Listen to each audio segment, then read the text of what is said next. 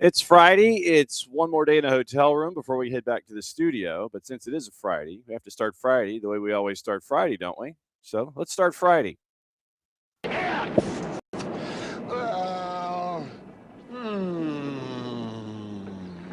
on, man. Go for it, dude. It's Friday. Friday.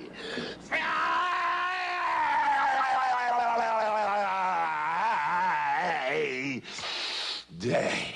Friday here on SDH AM. John here, you there. Thanks for hanging out once again. One more day in a hotel. Back in the studio on Monday. And it is a stacked show when it comes to Major League Soccer. We've got a lot of stuff to preview for the weekend. NWSL is back in a little bit. I think match week 2. I think we're going to be catching up with Jen Hildreth. And because Jen is in her March Madness, hashtag trademark, that is her time of year. She's tied to conference championships, and I think she's got the women's tournament next week. So 2 weeks we'll catch up with Jen Hildreth and see if we can find out what's going on in her mind as the NWSL is up and running. We'll catch up with voices in that as we go. Maybe see if KCD has anything in mind when it comes to the beginning of this season. A lot to look forward to with the NWSL this year, and that's kicking off this weekend. Later on in the show, we'll break through the Premier League and everything else that's going on this week and catch you back up with those kinds of things. Here's the rundown for the morning. And the first part's going to depend on airports and airport travel. So, morning, Alex. Dave Leno is supposed to be joining us in the first half hour. And we will catch up with Dave as best we can because they are trying to hop on a plane and come down to Atlanta so Philadelphia can take on Atlanta United. Dave is going to join us for however long he can join us between now and 9:30 for opposition research. And we'll catch up with Dave and find out what his thoughts are about a very, very busy week for Philadelphia. They're playing their third match in a week by coming to Atlanta. So we'll see how they differ in the midweek from the loss to San Jose, how they're doing philosophically, and how they're still searching for their first win of the year. So we'll kind of process all of that. Dave will join us hopefully whenever Dave can join us. 9:30, Michael Parkhurst is going to join us, and we'll find out about his season number 10 and what it's going through his mind with Atlanta United, maybe get a mogul and training update with Rhode Island FC, and we'll find out what's going on there. 10 o'clock begins our Apple review. Jorge Perez Navarro is going to be joining us at 10 o'clock. Jess Charman's going to be joining us at the tail end of the show at 10:45 to let us know what's going on in her mind as we get ready for Atlanta and Philadelphia. But to start things off with Atlanta and Philadelphia, we catch up with our buddy Dave Leno for Oppo Research. And you, sir, okay, so you have – when are you leaving, by the way? Couple hours. I think the plane departs. We want to be there by 12:30. So I've got some time. The guys are going to be. I was down there for training yesterday, getting things ready to go, and it was pouring rain here. And then actually we got snow as I came back from the training ground to my area of Philly, and here we are. And I think the weather's supposed to be. I think I was told like 70 something in Atlanta tomorrow. Looking forward to it. Looking forward to getting to better weather down south. That's for sure. No doubt. I just hope that your travel plans are not like Tigris's travel plans heading to Cincinnati, man. Just get from point A to point B and let's get to it. First off, thanks for doing this on the hop and being our Oppo Research. I'm the one in the hotel room this time. And day 3 of 4 coming up after the show for the high school championships down here in Macon. So with the course of the time you're coming to Atlanta, I'm in Macon, 90 miles south of you. So I bestow upon you saying hi to everybody when you wander into the press box. This is a very, very busy week for Philly, and it's going to be the third match in a week for them. How, as you have been able to see matches 1 and 2, either in person, on tape, what have you, doing research, how do you think they are physically coming into an important match as you have two teams chasing after their first wins of the season? Physically, just being down there yesterday and talking with several of the guys and the staff, I think they're all right. I think they're ready to go. There was like Jovan Lukic in the past was battling a little bit of a rib issue. There were a few other guys up top like Alado that had a nagging injury, and several guys in the back like Frankie Westfield had a little bit of a hamstring, but they've been playing. So that's good. That's a check mark for me. I think that just with this insertion of all these new players And then you had the logjam of the schedule at the Union R due to the success we had last year, winning our second Shield, and now playing CONCACAF Champions Cup. They went from Spain with several new guys, a little bit of a break back home in the Philly area, then to Clearwater, Florida, and then right to Trinidad and Tobago to Defense Force. So some may say, hey, well, you've had all preseason to gel these guys together. But others, I think, around the game would say, well, preseason's preseason. And we want to see, that could be quote unquote simulation. And we want to see actually game action. And I will tell you that the other night against Club America, that the Union were very good in the second half, in my opinion, generating a ton of transition moments, which I think we did not see enough sharpness, clinical play in the final third, maybe in the early games, even going back to the first regular season game that I called in DC for game 1 of MLS. So I think that's improving. My question for the team moving forward, especially in the Atlanta matchup, is can we win the ball a little bit higher up the field? When we win the ball quickly, because our counter-pressing metrics that I've talked to you before, John, we're at the top, going back to last year, even going back to prior years. So the question is, how do we get back to doing that?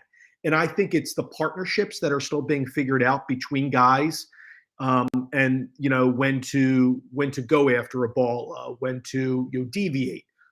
That for me, just that synchronicity needs to be sharpened moving forward, especially with this matchup against Atlanta, where they played a good game against RSL, and they're fighting for points just like we are. So it's going to be tough.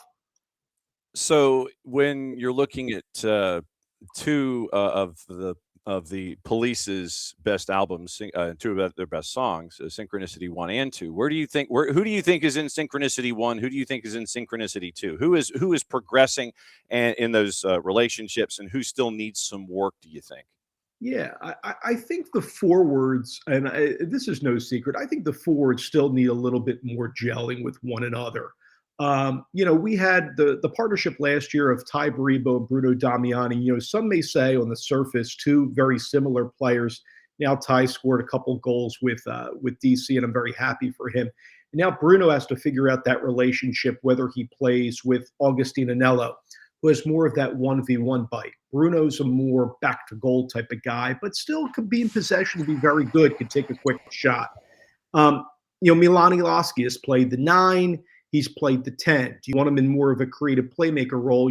If you're putting, the 10 on Elaski, we talk about partnerships and being in sync with one another is, hey, when can he, learn to find those through balls or balls into the channels to get some crosses in from a Nate Harriel, Frankie Westfield, or a new guy, Philip Dinga, who I just talked with yesterday, new left back signing coming from a Swedish club for the Union.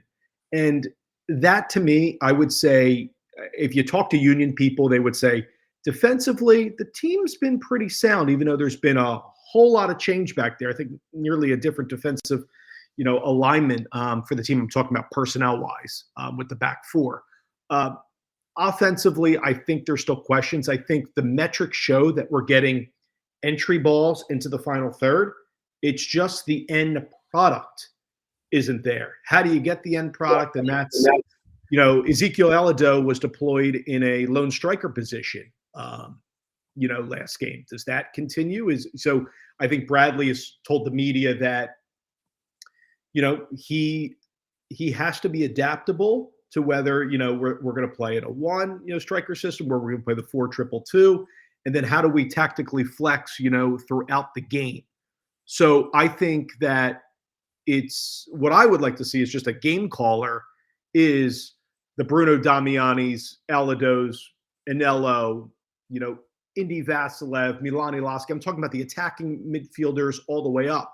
Even Kevin Sullivan had a great game, I thought, against Club America when he played. So there's been rotation.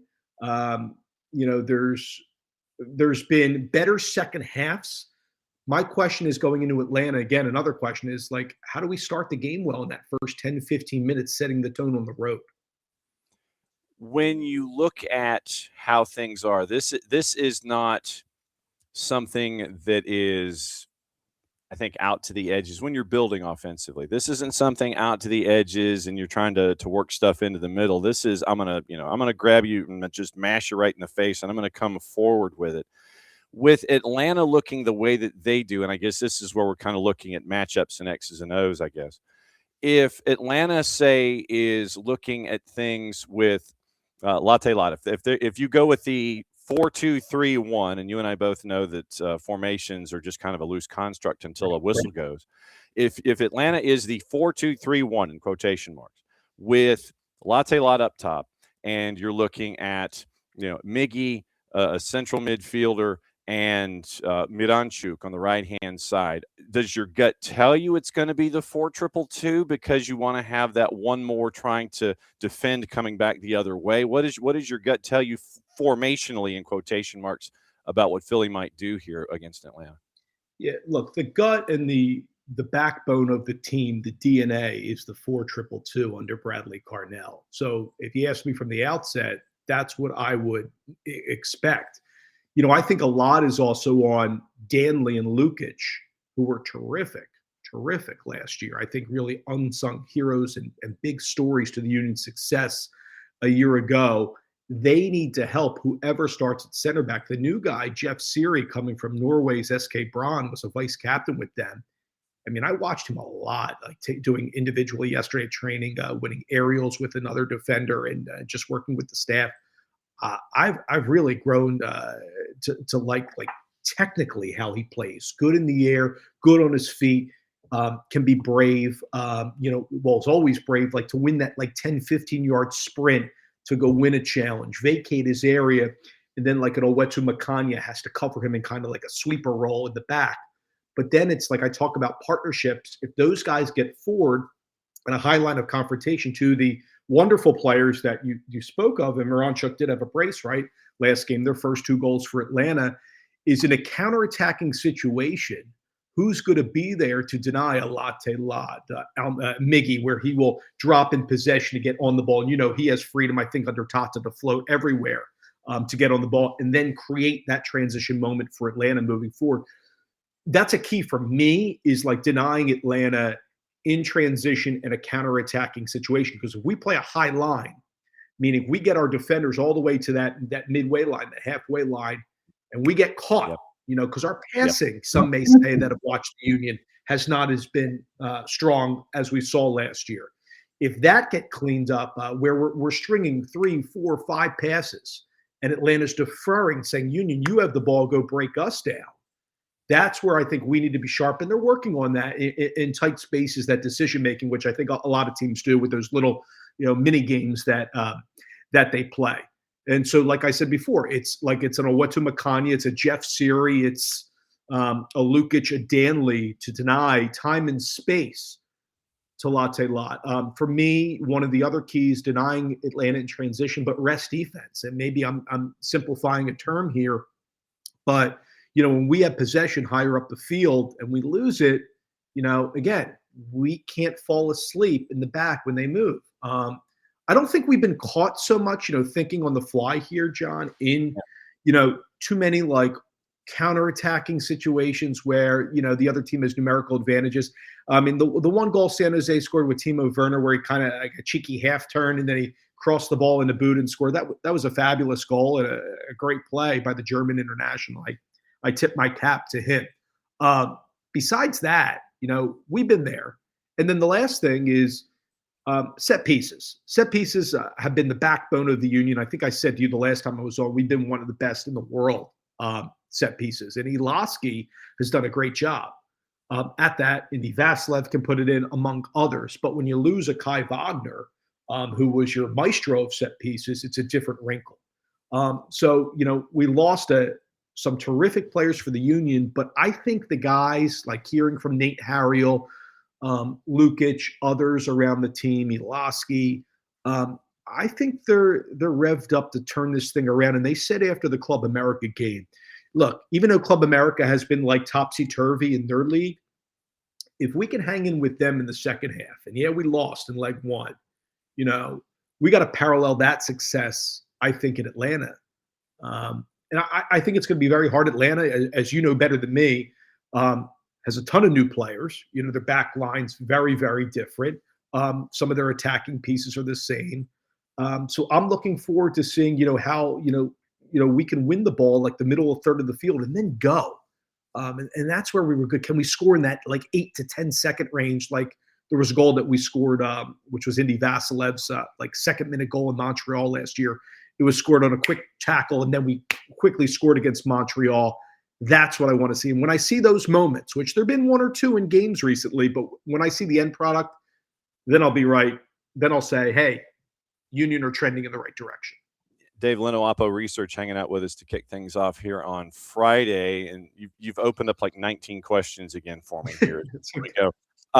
You mentioned, getting higher and Atlanta coming in transition. Tata Martino, one of the things that he has tried to impress upon the roster this year, be the protagonista, be the one going forward. Don't be the one that sits back and lets the action come to you. He wants them to be aggressive. He wants them to go forward. And if you're making a mistake going forward, cool. That's great, because the fact is you're going forward. Think of it, like we do when we're talking about American football. If you have a chance to flip the field, then you're going to flip the field and you've got possession. And so, if you end up having to punt the ball and it ends up deep in their territory, or if you fumble it deep or something, don't be afraid that you've made a mistake. Don't worry about those kinds of things and keep pushing and pushing and pushing. Let the past go and keep, with that DNA working forward. You mentioned that with fullbacks, and I thought that was really interesting. I think that that's something for folks to look at. The transition opportunities for Atlanta in that opportunity where Philly gets caught up the field. I think that that's something to look at for at least Atlanta's perspective if Philly gets caught. Can Atlanta be clinical in those situations? As you mentioned, same for Philly, being clinical and finishing those shots. Second balls, and this is something that you were talking about, where you have these kinds of opportunities where, okay, so ball is launched and you have a joust and you're trying to figure it out. I think that duels and duel percentages and second balls are going to be huge. From what you've seen so far this season, who are some of the guys that have really stood out for you in winning duels so that second ball is Phillies and not going back the other way? Yeah, I think that needs to be guys like our sixes, like Lukic and Danley in this game. Even Jesus Bueno has come in and been strong. Even guys like off the bench, which might be surprising, but has been like a lightning bolt for the team. And that's Stash, is how he likes to say his name, Korzeniowski.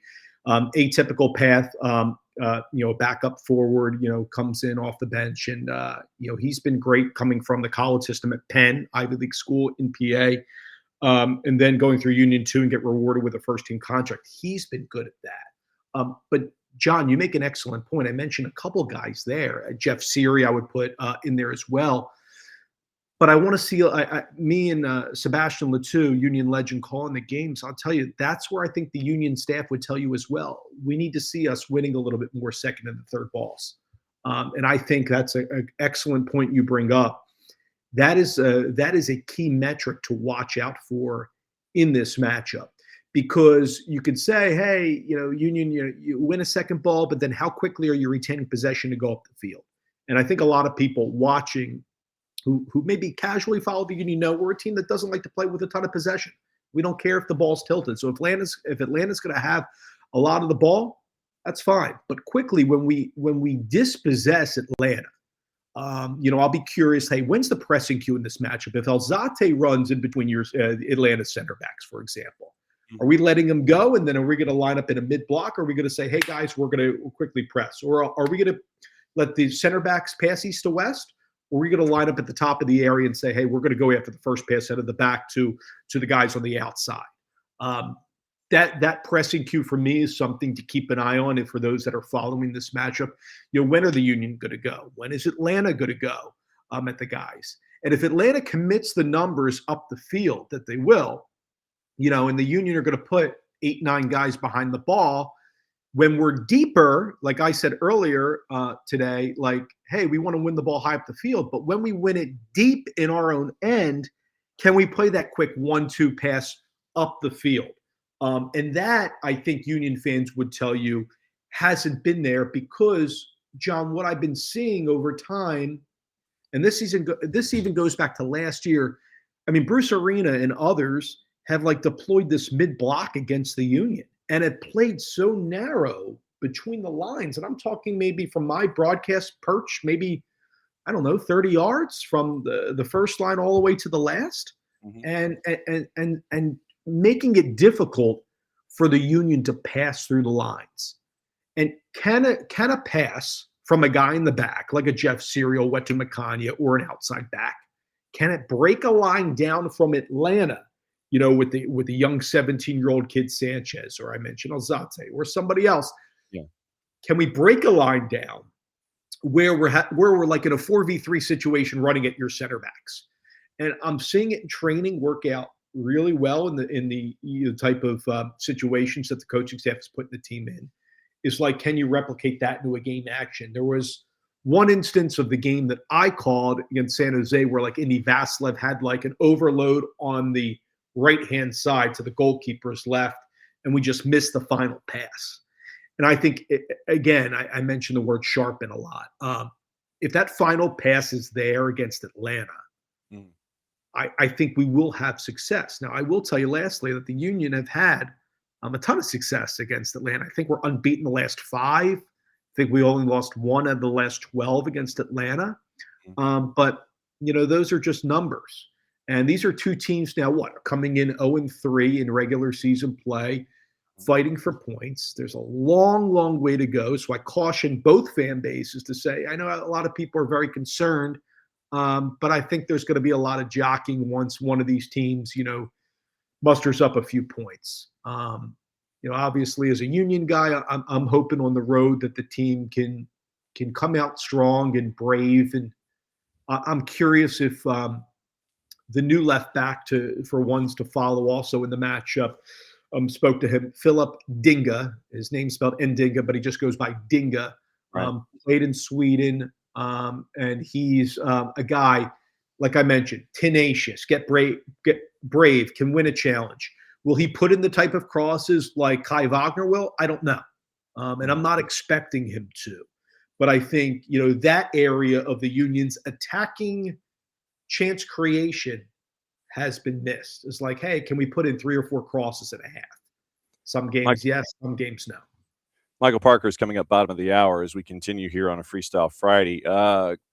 How do you think roster rotation will be, or will it even exist, considering that this is 3rd match in a week? Are you just anticipating Bradley Carnell's just going to roll it out and go right now since we're early in the season? What do you like? What are you thinking?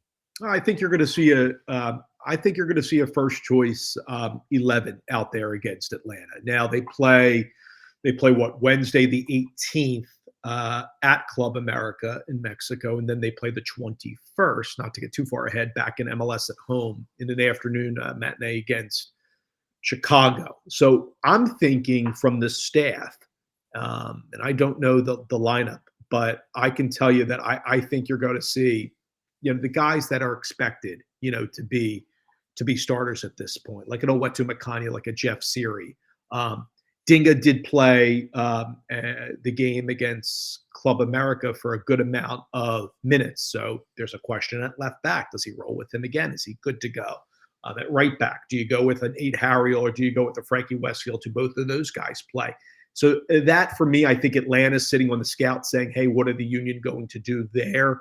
But everybody else working up the field, the Olaskis, the Indy Vasilevs, we'll see if Cavan will start or come off the bench. Decision up top with, you have Alado, Augustine Danilo, Bruno Damiani.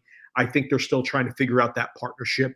But I think the Union staff internally, I'm sure they have a plan where they're working in 5-game increments, maybe even more, maybe less, and saying, here's what we're going to do in this matchup. Here's what we're going to do at Club America.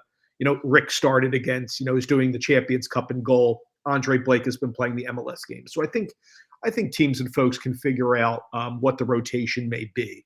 But if you talk to the staff, there's an emphasis on both competitions. I think now it's like your game, getting ready for Game 4 MLS on the road against a struggling Atlanta, 2 teams that haven't gotten a point. I think you need to go down there and say, we got to come out with at least 1 in the matchup. So the guys that are healthy and ready to go, which I think I said at the top of the call, I think is really everybody's geared up and ready physically. I'm expecting a exhilarating matchup really against 2 teams that I think need to get after it early. You ain't kidding, brother. All right, so if you would please cut the promo for me for a broadcast that is as sharp as Indy Vasilev's mustache. Hit me. I can't pull that off, John. That's for sure. He's got swagger, man.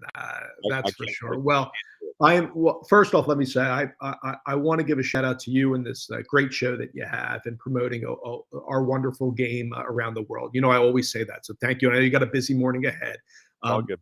Secondly, I want to just give a shout out to the Atlanta broadcast crew, Mike and Jason, and the whole staff do a tremendous job. I've even caught your Atlanta 2 broadcasts, which have been terrific. Madison is Madison do your play-by-play with Jason? Yeah, Maddie, me, and Jason. Yeah. You guys do a wonderful job. I've seen the behind-the-scenes clips. Keep posting them.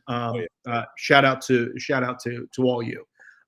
Lastly, our union broadcast on the road is at our Philly sports station 97.5. It's free to download the 97.5 The Fanatic app online. We're on an HD2 channel because I believe the Sixers and Flyers play. So we're on 97.5 HD2 at 8:60 a.m. Locally. And lastly, I think the Hawks have a 3:00 game as well, right? So it's going to be busy in the Stadium District tomorrow. Yeah, I think that means that United might be on Star 94. I'll double check it, but there's somewhere in there. It's going to be a part of the chain, but you just follow your socials to know where they are.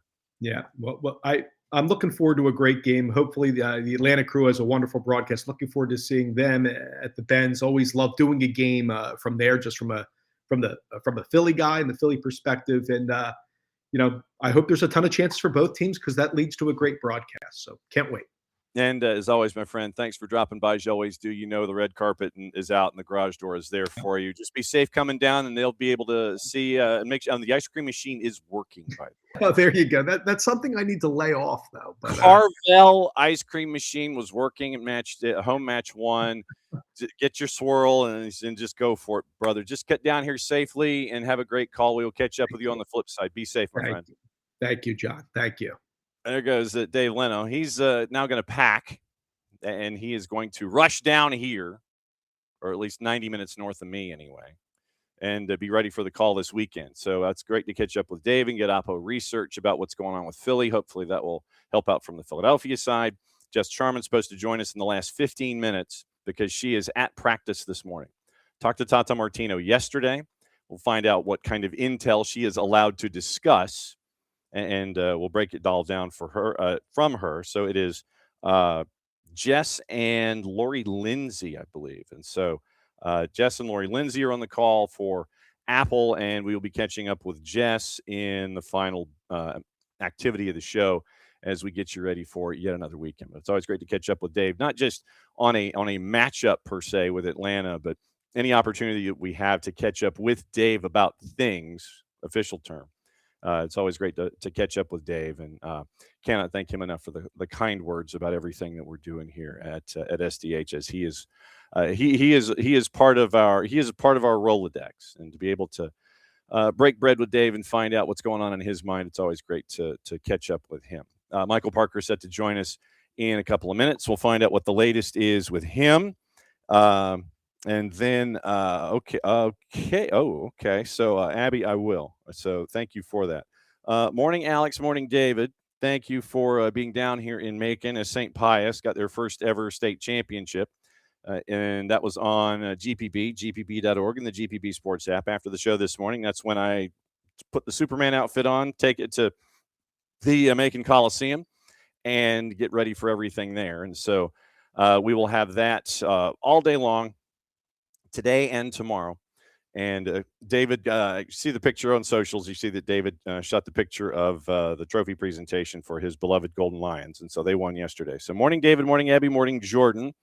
Let's see. And we will give, and Abby, I will lead off with the note to Parkey. So we will do that this morning. So Michael Parker is once again set to join us. And I do have a USL question for him, and he can answer it to whatever extent he wishes, considering the current situation.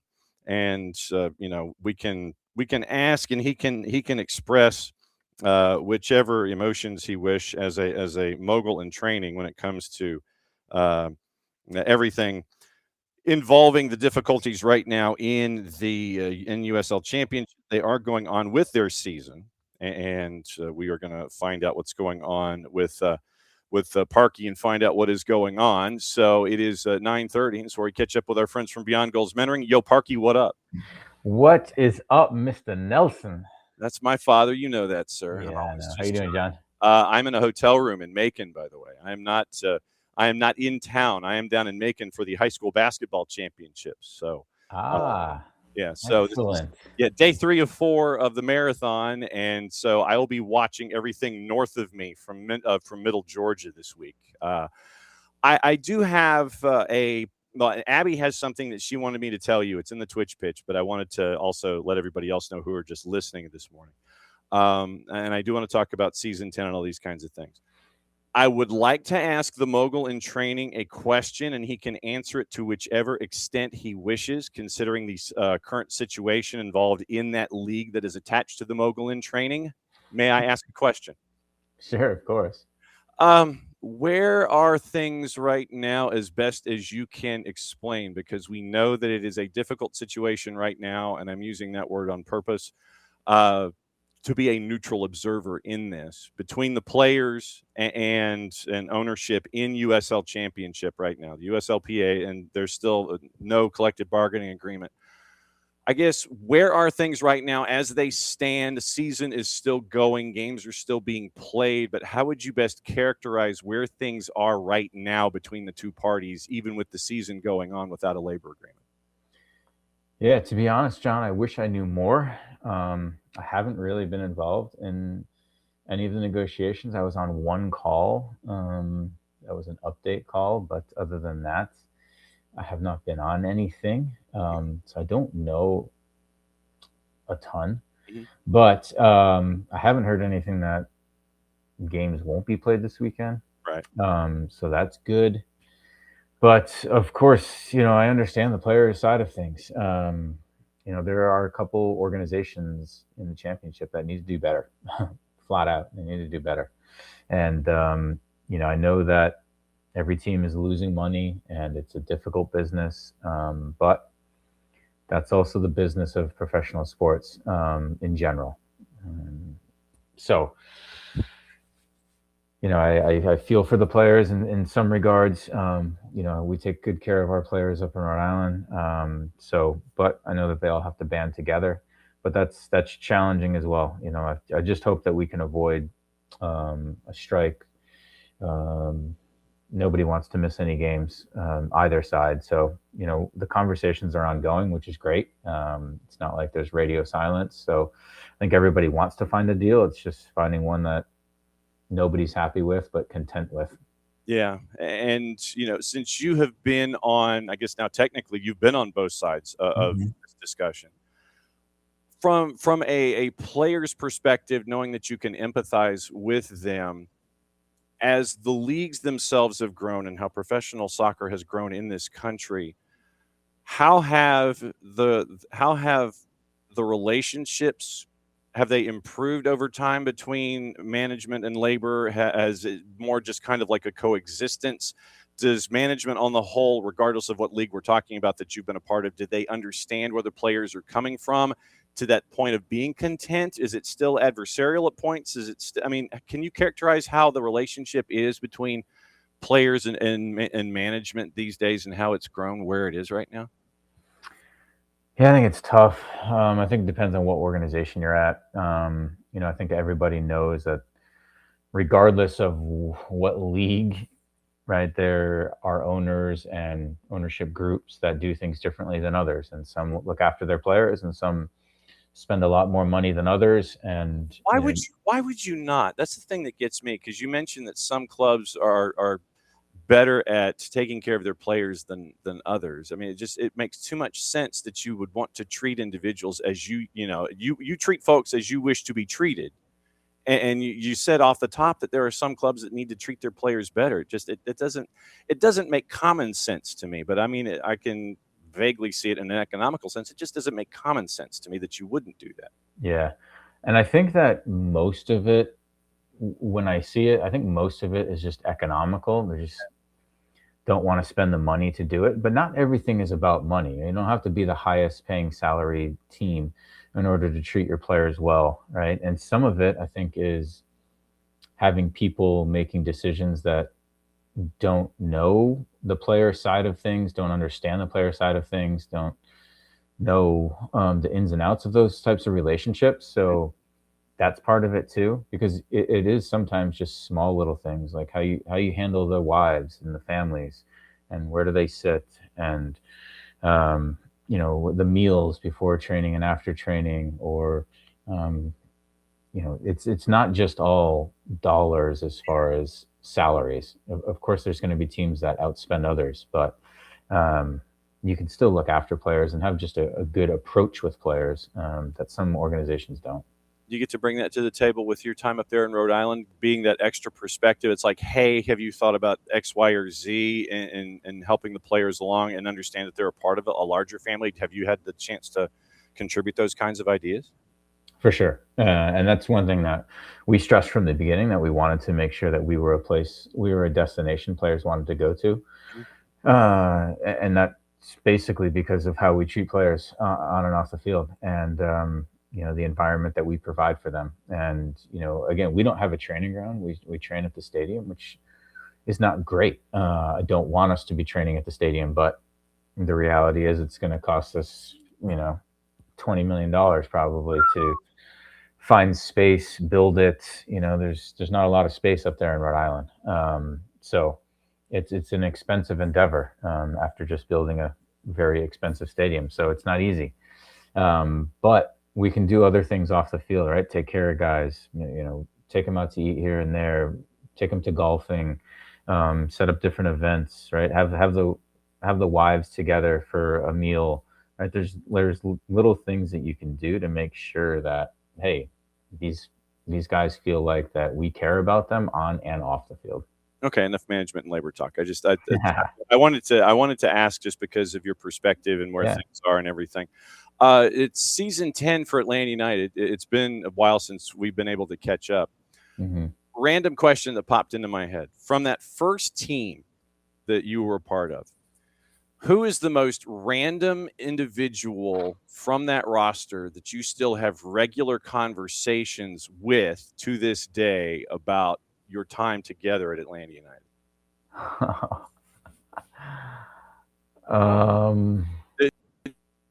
Do you and like A.W. Oswell, or who's the most random person in your Rolodex that you still call up on a daily basis? That's tough. Nobody on a daily basis other than Greg, right. Brad, and Jeff here and there, Alec here and there. Bobby and I have a good relationship. We do connect here and there, but it's not even monthly. That's a good question. I don't know if there's anybody really. I'm being completely honest about often. And that's crazy because, I was talking about that not too long ago with somebody. You get very close with guys when you play with them. Yep. And when you move on, it's just like that's part of the gig. And you stay in contact here and there, and you can hit guys up, and it's like no time has passed. But, even somebody like Jeff, who I was obviously very close with, we speak every few months. And you do most of the speaking, I'm sure. Since he is Webster's dictionary when it comes to conversation. Very true. But yeah, when I do look back, I'm like, oh man, I forgot, so and so was on the team, or you think back to relationships, and I kind of reminisced the other day because I'm finally, John, starting to put stuff up in my basement. There you go. And so I was looking through a bunch of memorabilia and trophies and medals and stuff, and I came across like things that I didn't even know I had or forgot that I had, or some pretty cool stuff. Oh, question mark? Yeah. Like what? I guess I'll have to take some pictures and post them. But I forget the gentleman's name right now off the top of my head, since you put me on the spot, but he made a couple posters, and one of them is me and Miggy. And I got Miggy to sign it before I left. It's really cool looking. And then another one is me, just as Captain Atlanta, something like that. Well, yeah, and that's what Abby was talking about. So they cleaned out their Tifo storage closet and found the Captain Atlanta banner.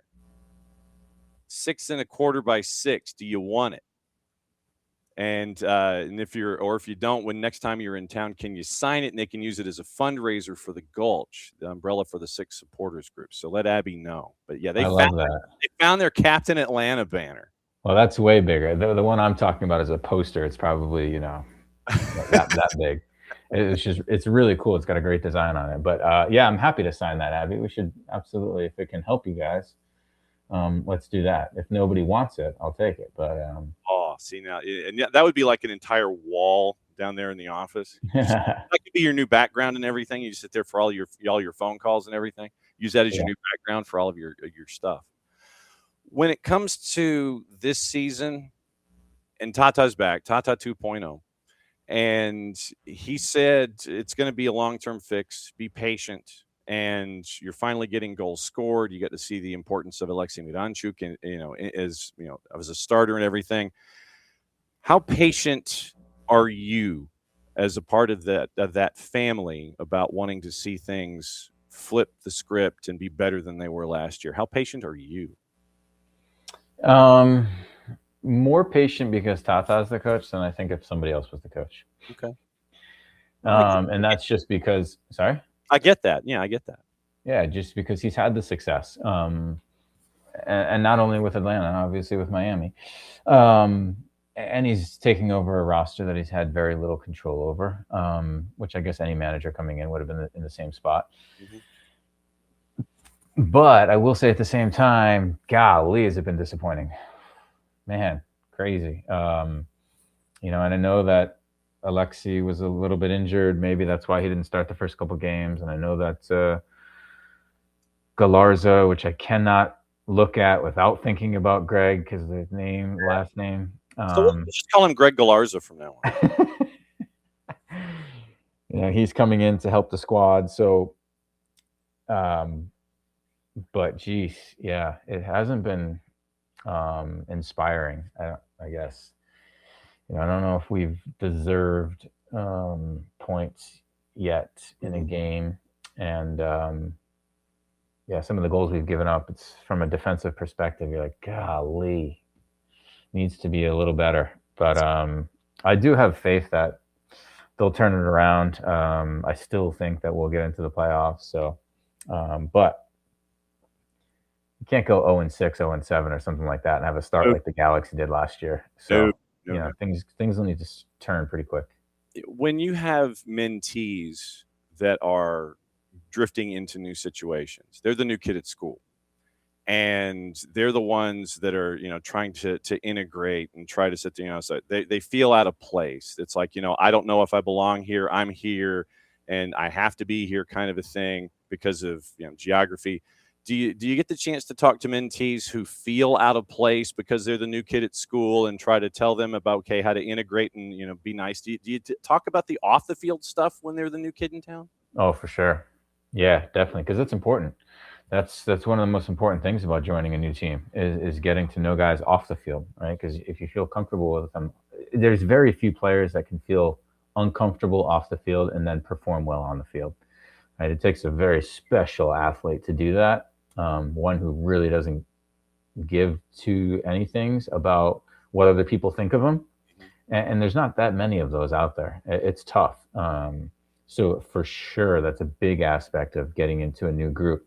And we talk about that because it's easy for some, right? For some players that are outgoing, it's easy to make friends. But you have your introverts who are more quiet and, they struggle a little bit in making those new friends. And it's difficult to be the new person. So we talk about, how to best go about that. And we also talk about, hey, don't forget, you'll be bringing in a new person at some point too, right? So remember all these lessons and remember what you liked about somebody that talked to you, helped you, aided you in this transition, and make sure you're that person for the next one. Treat others as you wish to be treated. It's like theme this morning. John, to interrupt you real quick, yes, it was definitely Iron Tooth. Okay. Yes. Okay. So yeah, the Iron Tooth designer from the early days. Yes. So yeah, Ropes is on it this morning with the Iron. Yes, Alex as well posted. Yeah, said something about it. Yes, Iron Tooth. So yes, Alex and Ropes. They're on it. They're far more awake than I am. So, but yeah, and I thought, and I wanted to ask that just as one of those things where we always feel peer pressure, and to this day as adults, we feel peer pressure because of where we are with our work and what we're doing with our jobs and things like that. And I've always thought that dealing with peer pressure is one of the most difficult things as a young person to deal with, and it's amplified now because of social media and all these kinds of things. And when it comes to peer pressure specifically, you mentioned being the new kid. How do you best tell your mentees about dealing with peer pressure, which is far different than when you and I were of that age these days? Yeah, we try and approach it gently because you can't just say, "Hey, don't worry about peer pressure." Take it off. Everything's fine. Rub some dirt on it. You'll be all right. Yeah, because then that doesn't go well. No. But we do talk about how not everybody has the same goals and not everyone is trying to achieve the same thing. And so you may be a high-level soccer player as a sophomore in high school, and you may have a bunch of friends that either don't play sports or they play sports, just for their team in high school, or, maybe they play on a club team, but don't have the exact desires that you do. And so sometimes when goals don't align within a group, right, there leads to, hey, some people want to do certain things, but you have to make the choice of, does this align with what I'm trying to achieve, or does this possibly hurt what I'm trying to do and achieve? And those are the tough choices, right? So finding ways around those types of things, right? I think that we give into peer pressure every now and then, of course, as far as, hanging out with people or doing things around school or what we wear or what we eat sometimes, right? And that's okay. But some of the bigger things, you have to take that extra second to think about and say, hey, is this going to hurt what I'm trying to do? And that's the type of peer pressure that we really need to kind of, okay, hey, can we step away from this in some capacity without hurting the relationship or without putting you in a place where, hey, you're going to get made fun of or you're going to lose friends or that type of thing? How much of a constant reminder does that have to be with your mentees to have them take that breath, step back, understand context? Because understanding context when you're a teenager, you're more into that immediate reaction. It's A to B, and then you think about consequences later. If it ends up being something that's a negative, you don't want to be left behind. You jump into a situation, it's bad, and then you've got to figure out twice as hard how to jump out of it. Yeah. For me, peer pressure was one thing, but peer pressure today and having to deal with it. How do you steer folks away from that direct A to B and then messing up and having to double back out of stuff? Is it normal conversations? Is it constant reminders? Do you get to sit there and say it once and it clicks? What's the trigger sometimes?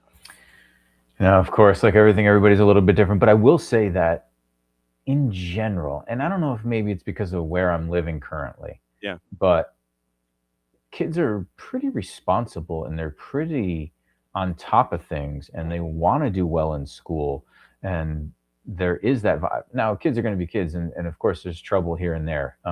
Right. And even good kids are going to get in trouble every now and then. Right. And we talk to kids about, hey, if you do get caught up in something, apologize, stick your hand up and take responsibility, because it'll go way better for you from that moment on, right? Don't pile on the mistakes, just like we talk about on the field, right? One mistake and that's it. So that'll happen. But in general, I'm pleasantly surprised by the younger generation of, it seems like they've got a good grasp of things. And now social media is a beast in itself, and maybe that's part of it, right? They can kind of get all that stuff out on social media, and then in person, they're a little bit better. I don't know if that's as a whole good for society or not, but, I don't see the bullying as much as what I remember growing up, which is a great thing.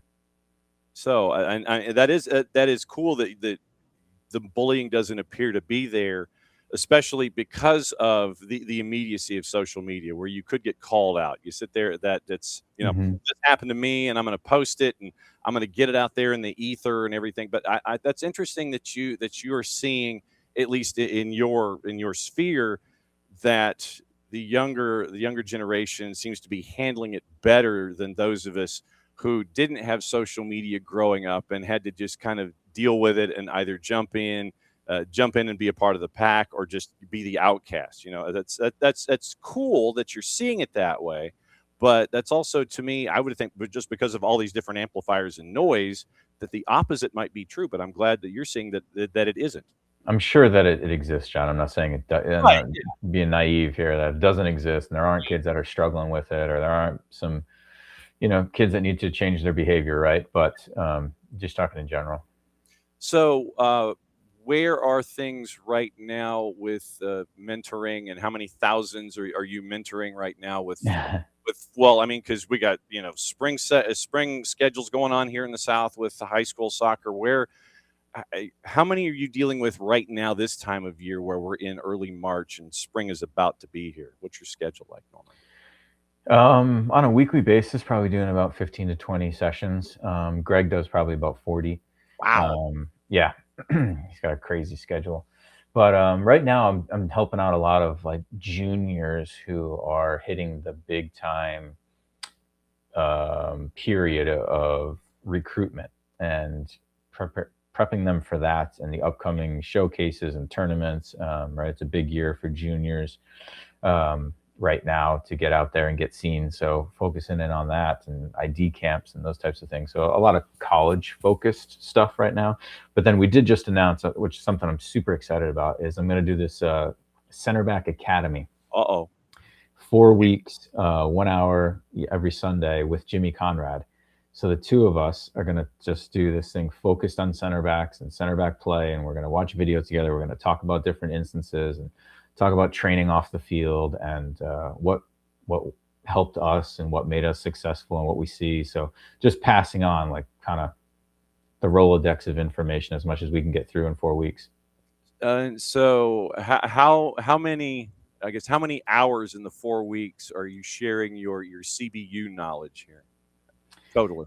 There'll be 4 hours in person, but I think we'll set up a Discord probably where we can offline talk and shoot things over and talk through things and share videos and all that type of stuff. Okay, so for center backs, if you were to have these rising juniors getting into that year when they're supposed to be being looked at by every college on the planet, off the field, what is the most important trait of a center back? And on the field, what is the most important trait a center back can have?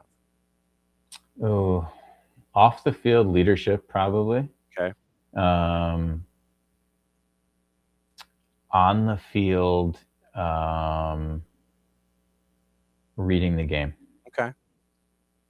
How long did it take you to understand the game in 3 dimensions, where you could sit there and play Vulcan chess while everybody else is sitting there playing checkers? How long did it take you to sit there and have the game settle in front of you, and you could see what was happening and not think too much and just react to what was going on as a center back? Yeah, and that's always a balance. Thinking, but not thinking too much. Mm-hmm. What can your brain put on autopilot, which is really important. And it only puts things on autopilot once it's done it many, many times, and it feels confident that you don't have to think about it. So a lot of those things you just need to do over and over again before it goes on autopilot. And then once it's on autopilot, it frees up the brain to think about something else or look at something else, which is really powerful. But yeah, reading the game's always been, obviously when you have a physical prowess like mine, reading the game becomes more important than for others, but even somebody like Jimmy, who was bigger and more physical, he read the game really well, and sees the game really well. And we talk about things. He'll send me a clip because he does some coaching. He says, "Hey, what do you think about this?" And we'll talk through like different little situations and scenarios. And that's kind of where we got the idea. Hey, why don't we do something together where we really help out center backs? So yeah, it's going to be fun. What if you could build the prototypical center back and I'm talking physically and mentally, not just 6'2", 225, 4'5", 40 kind of a thing. If you could build the perfect center back, what would that individual look like? Oof. And is there an individual that fits that archetype, that has come across in playing the sport? Probably. Mm-hmm. I don't know off the top of my head though. And I didn't watch guys, like Eddie Pope and Robin Fraser, as far as here in the US. I didn't watch them a ton growing up. I saw them every now and then, right? But I didn't watch a ton of soccer on TV. It wasn't as widely available. So it's tough for me to say. But there's no doubt having a bigger frame as a center back is useful. Okay. Especially at the highest levels, right? I mean, you can't play in the Premier League without being. It's very difficult, and that's why somebody like the guy that for Manchester United, the Argentine, I forget his name right now. He's little, and what he does is impressive, very, very impressive, because it's such a physical league. But in general, I think that bigger is useful. But for me, reading the game, and this is where, like, I talked with Miles a lot, because Miles has got the physical attributes, right? Where he's so fast and he's strong and he can jump, and he gets away with things, right? Where it's like, I couldn't get away with things, so I had to be on mentally every second because I needed the head start. I needed to be in the right spot. I needed to do those things. Otherwise, I wasn't going to win the ball. Or I was going to be in a much tougher spot. Whereas other players, they're thinking, oh, when it occurs, I'll react. I'll go do it because I'm faster, I'm stronger, I'm bigger. Or if I'm not, I'll just go win it. But they are not realizing that you can make life a lot easier if you can avoid those situations. So, a calming brain, somebody that sees the game really well, but physical attributes is a benefit. Yeah. So I guess the body of Harry Maguire and the brain of Lisandro Martinez. Yes. Yeah. Okay. I just wanted to double check that because yes, Harry Maguire is like 7 feet 4 inches tall. Lisandro Martinez is not, but Harry Maguire's brain is known to go walkabout occasionally, and Lisandro Martinez is not. All Maybe right. Somebody with a little more agile than Harry, but yes, absolutely true. All right, so center back U's coming up with you and Jimmy Conrad. What else is going on with Beyond Goals as you get to the rising seniors? What else do we need to know about? That's about it. Honestly, we putting together the program for college players. It's taking forever. It's so much information, which is a good thing. But other than that, we're just helping out kids as we go along. The high school season in full throttle, so that's been exciting to keep up with some of the kids that are doing that. Showcases galore. Greg's in a different state every weekend, so normal stuff. Yeah, you ain't kidding. It's like, Greg is where? Yeah, he's over here. Greg just needs to clone himself, and then it would be all over with. Where's Deacon? Sleeping? Oh yeah, she's in a normal spot here, John. I can't have a meeting or a call without Deacon. She's got her soccer ball and her blankie. Yeah, she's ready for that one too. Living that good life. Yes, and by the way, just to warn you, sir, since you sent the package to the house and it is awaiting its proper frame, since you sent the label, that you've been added to the Festivus card list. Amazing. That's how it works for the boss, man. You get an address and it's somebody like that, then it's going to happen. It's great to catch up with you, my friend. Great to see you. Don't be a stranger. And keep kicking, with everything up there with Beyond Goals and with center back U. And now we just need the gear now. We just need the center back U, like college gear for you and Conrad. I think that'd be pretty sweet. That's a good idea. I like that. Market it. Enjoy your basketball, John. Yes, sir. Be good. We'll see you soon. Have a go. All right, there goes Michael Parkhurst, and this is where we do the hot tag.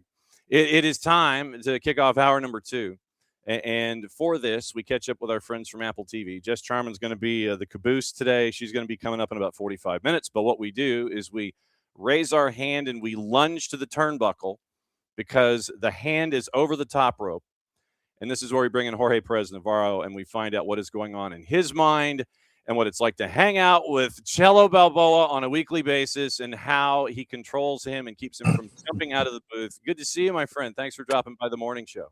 Good morning, John. Thank you for the invitation, and I hope we are playing as baby faces and not heels, because I always like to be on the good side, especially with Cello. Because if not, if you're on the dark side of Cello, he'll go straight to your ankle, cleats first. You know how he played in the 90s. Yeah, no, we are faces here. We are like the rock and roll express of soccer morning radio. See, that was a reference for me in this particular part of the footprint. Who was your favorite face tag team growing up? You know, I was born and raised in Mexico, so if we talk about wrestling, I have to go to a different culture. But beyond a tag team, I grew up with the Steiners. But my very favorite wrestler was the Stinger.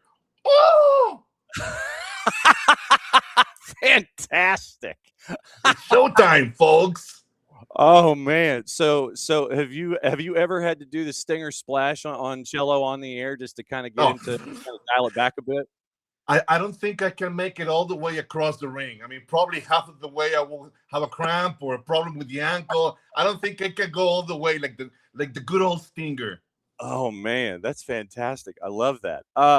You and I could probably go down the wrestling rabbit hole, but then everybody would sit there and go, "Well, this is a soccer show." But we'd sit there and go, "We talk wrestling all the time. That's just how it is when it comes to characters and such."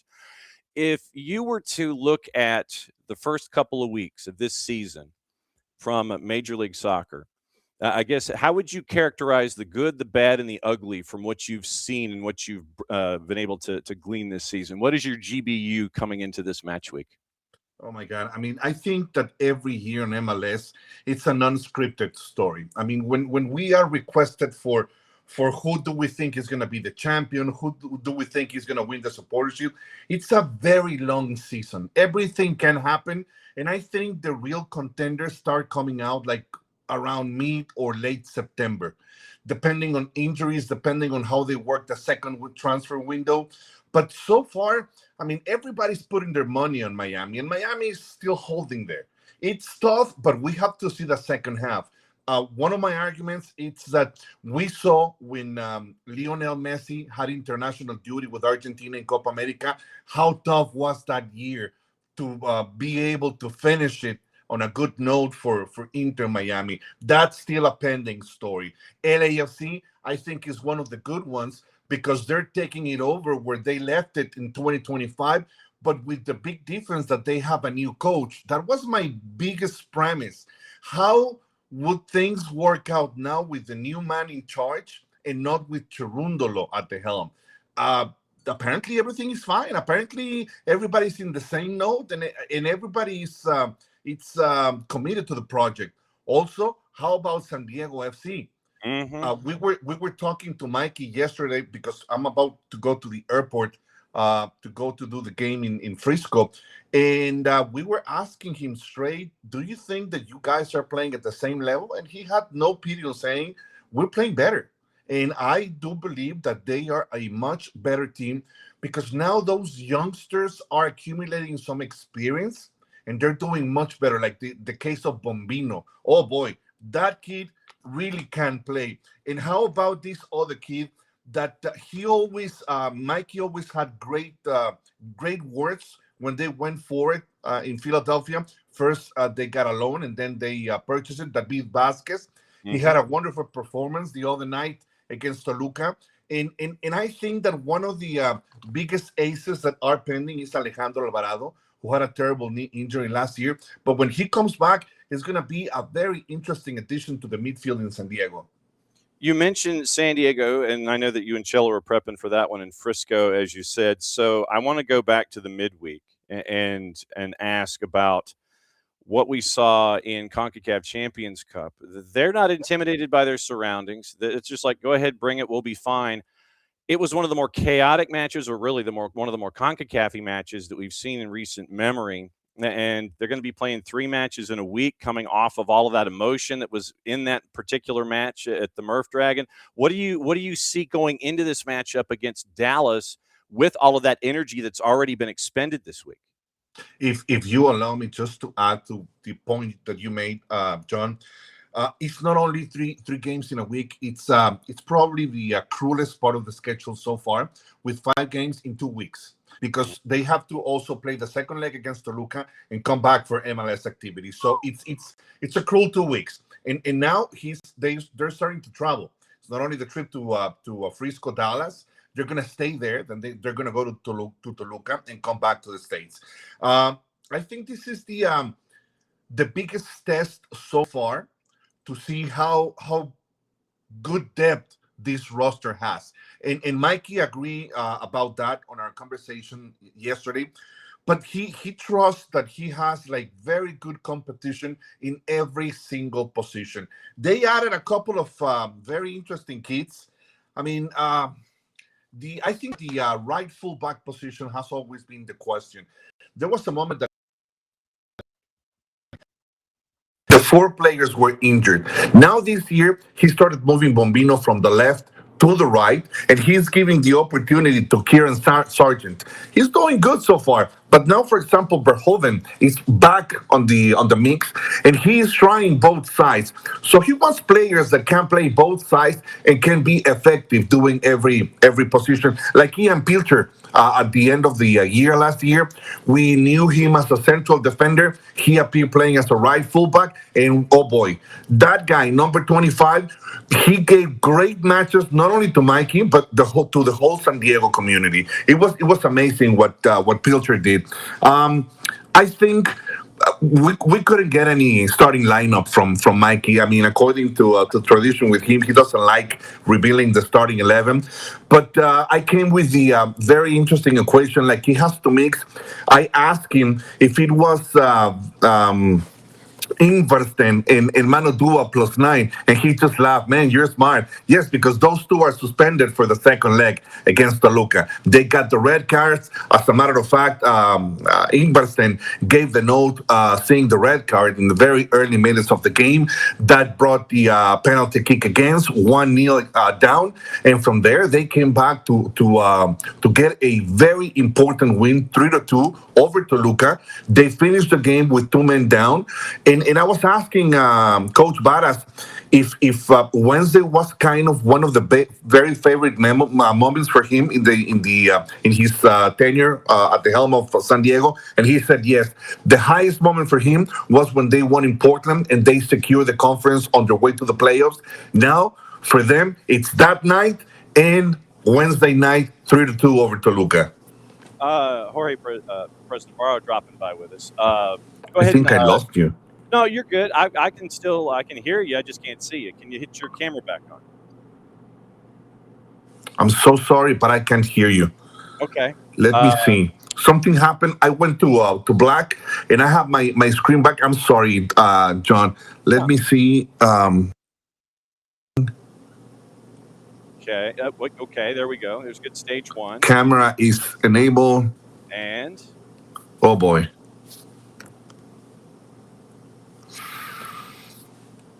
So sorry. I don't know what's wrong. Would you like me to disconnect and connect again? Yeah, let's do that. Let's go ahead and do that. Okay. And we'll do so that. Sorry about this. No worries. We'll see you in a sec. So go ahead and knock out and come back in. We'll do that, and everything will be cool. So I think somebody tried to call Jorge Perez Navarro while he was talking to us, because he's that important a man, and it's always good to catch up with folks and find out what's going on in their brains when it comes to everything that's lined up here. And San Diego for me is one of those great stories that we have here in the last year and a half, really year plus. Where Mikey Veras, they built down the spine. He and Tyler Heaps, they did, and you got to see what it's looking like there. So let's go round number 2, and okay, go ahead and gonna turn the camera. Yep, there you go. So boy. I see like it's the other side of my. It's the other side of the computer, man. I know. That's wild. This is my hand. Yes, it is. That's crazy. I've never seen something like that before. That's wild. Me neither. And I'm sorry, because it is my first time, so I think I'm earning the possibility of breaking this tag team. I think I'm going to the heel side, right? Man, no, it's all good, brother. I understand that you were trying to sunset flip the other guy, and you ended up running into me. I know how this goes. It's all good. No. Let me just find out, because this shouldn't be happening. That's wild. I should click here and appear the thing. Oh my God. That's crazy. I come from the Jedi era when we didn't have this type of technology. Dude, I'm right there with you. It was about the laser sable. Mm-hmm. Oh my God. That's wild. See, now this is the kind of stuff. See, I can go to everybody else here at the network and I can say, see, I'm not the only person that has these problems navigating computers. That's crazy. Yes. I'm going to try again. All right, go try again. I ain't going nowhere. You're good. So, wow, that was crazy. I've never seen that before. I have never seen that. Where legitimately it's like it's showing the flip side of his camera. That's wild. Okay, so the flip side of the camera is up. I see the outside. I see the outside version. No. Let me see. I see the outside version again. Here. There's the there's the. See, now I'm learning about this too now. So this is an education for me, Jorge. This is wild. Okay, so he went to black, and all right, so he went back to that. That's wild. I've never seen that before, where the computer just decides that it's going to have a mind of its own, and it's going to be just dialing. Okay, so once again, all right. So see, now this is troubleshooting. This is great for me because I can see what's going on. So okay, so I've got no. All right. Yeah, I got you. All right, so you went to black, and then okay. So this is the beauty of technology. This is definitely a Friday. You know, the only good thing that I can rescue of this, yeah, that you and I are gonna become like viral, and the show is gonna have so much likes and so much hits because of the two old guys like trying to make the technology work. Hey man, it's all good. It's all good. I mean, look, for me, it's hilarious. I mean, I'm learning more than I ever would have learned about this kind of stuff, and that's why I trust the younger people to do these kinds of things. Worst case, just grab your phone. We can do it off your phone. It's the same premise, so I mean, it's no worries there. Although I did dig the studio space. This is wow. That's wild that it's misbehaving like this. That's crazy. All right, so you're still black. I can still. It's like I can see it changing, but it's not changing in the viewfinder. It's like I can see when you flip a switch, but it doesn't pop up with your face or nothing. That's wild. I'm so sorry. I don't. And this is my setting where I do everything. Let me. Yeah. Like so you basically, said, let's do it with the phone. What you're telling me, Jorge, is that coming on this show broke your computer. That's what you're saying. No, actually, no. I think I'm breaking your concentration, and I'm very, very sorry for that. It's all good, brother. No, this is a morning show. That's all the fun part. It's about a morning show and having. Here I am. I'm with my phone. There we go. Okay, and then turn your phone sideways. Hold on. So that way it takes up the whole screen. So there we go. All right. So there you go. And there you are. I had you there for a second on your phone. And then you went to black on your phone. That's wild. That is crazy. Okay. So there is that. And so, okay. So there you are. And wild. All right. So here, let me do. All right. So hang on just a second. Let me do this and this. And it's still thinking about dialing you in. That's wild. It is thinking about things more than the average bear. That's wild. So it's stuck in a circle. That's crazy to me. So all right, let's only do that. And like I said, we've got. I have until basically 10:45 with. Googie, man, it's fun seeing two old guys struggling with computers. I mean, it's that's crazy. But Jess Charman's set to join us from the training ground at 10:45, And so, like I said, we can. I want this to figure it out. I'm to the point now where we've got to figure out what's wrong with his computer and his studio setup.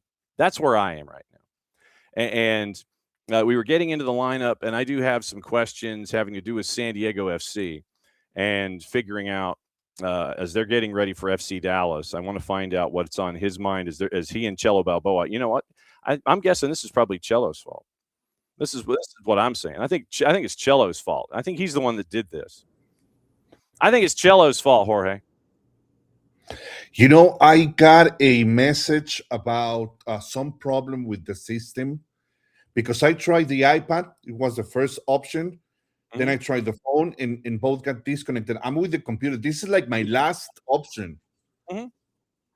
Hi, we have you. You're good. Good. Sorry. No worries. It's all good. I'm just glad we figured it out with the system. We were getting into the San Diego discussion, and with Ingevartsen only lasting 12 in the midweek. And yes, we believe in safe guesting and hydration. That is absolutely true.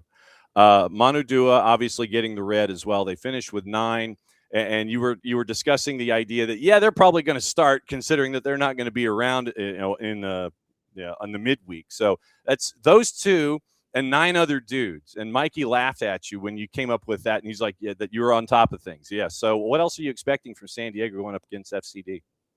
I think they need to. It's very important to pace themselves. Yeah. They are playing 180-minute games now. For them, like Mikey said, and I think I've been doing working games of MLS since 2007. So the times that we can compete, or we're very young, we're new at this, we are naive, that's way behind. I mean, that's way behind. Now it's time to honor a rivalry that it really exists with trophies. Seattle already proved that it's possible to do it. MLS are reaching more finals every single year that goes by. So now it's time to start winning. And I think San Diego has one of the best rosters that can probably honor that and put face in honor of MLS. This way, not even the goalkeeper position was defined. I think that Ferri, it's doing a hell of a job. 3 games, 0 goals conceded, which is amazing for a beginning, a rookie. He finally conceded the first 2 goals of his professional career against Toluca. But how funny, right? I mean, both were penalty kicks, not from a play, not from a kick from out of the box. I mean, both were penalty kicks. So it's like he's still undefeated. I mean, because a penalty kick, it's like a complete different stat. I mean, at least to me. But still, I think Cisniega, he has been extended. And do we still remember JC? Yeah, I know. Because I remember Mikey telling us midway in the season of 2025 that it was CJ and 10 more. That's how the team was built. Unfortunately, an accident knocked CJ out of the equation. Because what happened, I know that it was brutal. It was a terrible injury. CJ had to go for surgery. It's been a very complete and long process to heal. But things happened. You have brought to the conversation to Marcelo Balboa, and he broke his ACL before '94, before the World Cup of '94, and when those type of injuries take probably a year to heal, with a big question mark if your career was over. We're talking about 93, 94. He came back in 5 to 6 months. He came back to play at a World Cup. And things happened. Things happened. Why? Look what happened to Malagon the other night. Oh, man. I mean, he broke his Achilles. He's out. The doctor said 6 months. Okay, but things happen. How underrated? It seems like every conversation we have about San Diego FC, you're talking about Dreyer, and that's an obvious talking point with what Il Paratero has brought to the table in a very short period of time. How underrated and how ignored, I guess, in the conversation about the importance of San Diego FC are folks like Ani Valakati and Jeppe Tverskov to their whole equation? Well, first, the captain, Perskov, it's a warrior from the midfield. And sadly, that number 6 position never gets probably the right credit or all the media attention that they should. But that's where the anchor of the team relies. I mean, it's a very important player. And to me, it's when he's not there, you feel it. Now, Godoy, he brings a lot of experience. They lost De La Torre, but oh boy, Mickey really believed in this guy Soma, this kid Soma, because of his skills, talents, and especially the vision he has about the game. He has the last thing with the national team was with the under 20, and the kid I think has a very bright future ahead of him. Also, let me insist in this guy Alejandro Alvarado. I saw him play before the injury, and the kid has magic. So I think he has very interesting players.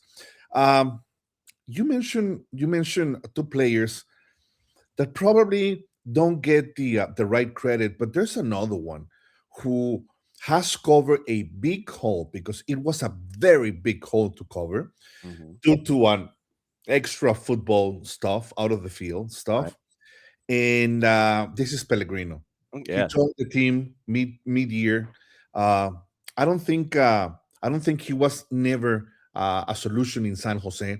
He was in and out. Never saw a good game of him. I mean, unfortunately, it's not that I'm killing the guy or I'm burning him or torching him. No. But it was one of those things that didn't happen. And I questioned myself, why were they interested? Well, I mean, we were talking about the scouting abilities of Mikey Barras while he was part of the FC Dallas organization in his early years as an assistant coach, as a coach of youth. But Pellegrino brought the magic, and nobody remembered Chucky Lozano, especially when the playoffs started. He took over, and everybody was asking about Chucky.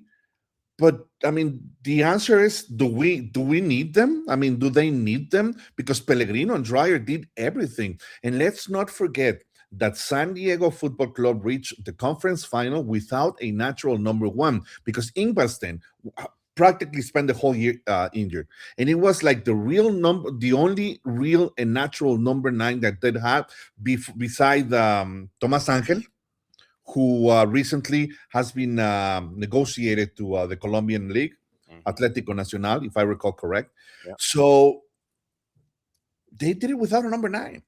But I think I saw a headline about the win over Toluca, and it said warrior mentality, and probably can be that, but also something that I have been hearing from Mikey every single time that we call a game is the commitment everybody has to this project. And it's not because I'm getting paid, it's not because of the fame, it's because they're really committed to a group of people that really want to succeed.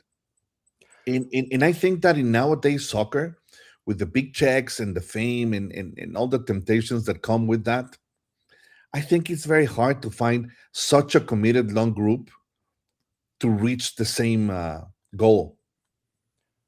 One other guy that I want to mention before we flip the conversation to FCD.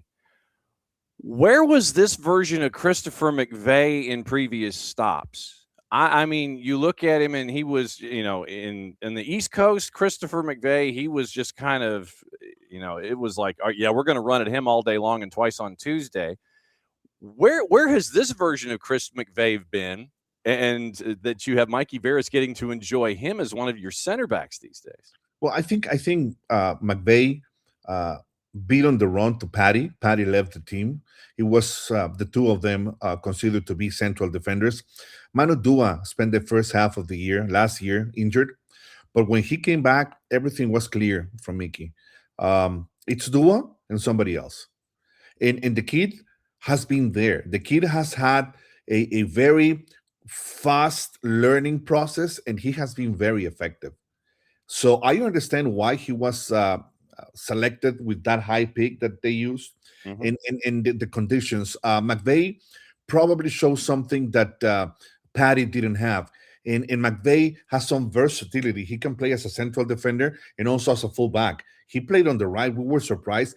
And oh boy, he gave such good performances. It was a couple of times that we saw him play as a right fullback, and we were very pleased with him. So I think that versatility made him win the run over Patty and stayed as the partner of Manu Dua.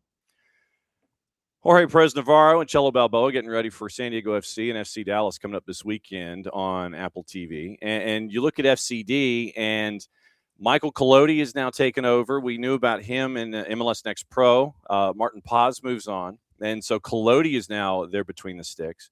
You've got a young team at the back, and you've got some talented folks that are also, it's like young up front to help out Peter Musa, and young at the back with folks like Urahide and Collodi. When you see FCD, what comes to mind?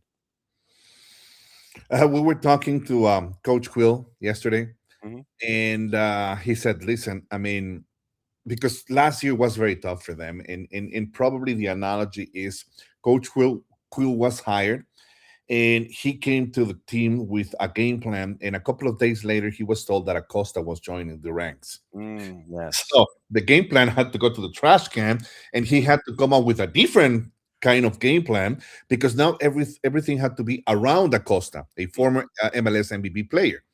So things didn't work out with Acosta. He left the team for the second half of the season, and it was like trying to find in the old trash can the old game plan to try to make things work, at least for the rest of the season.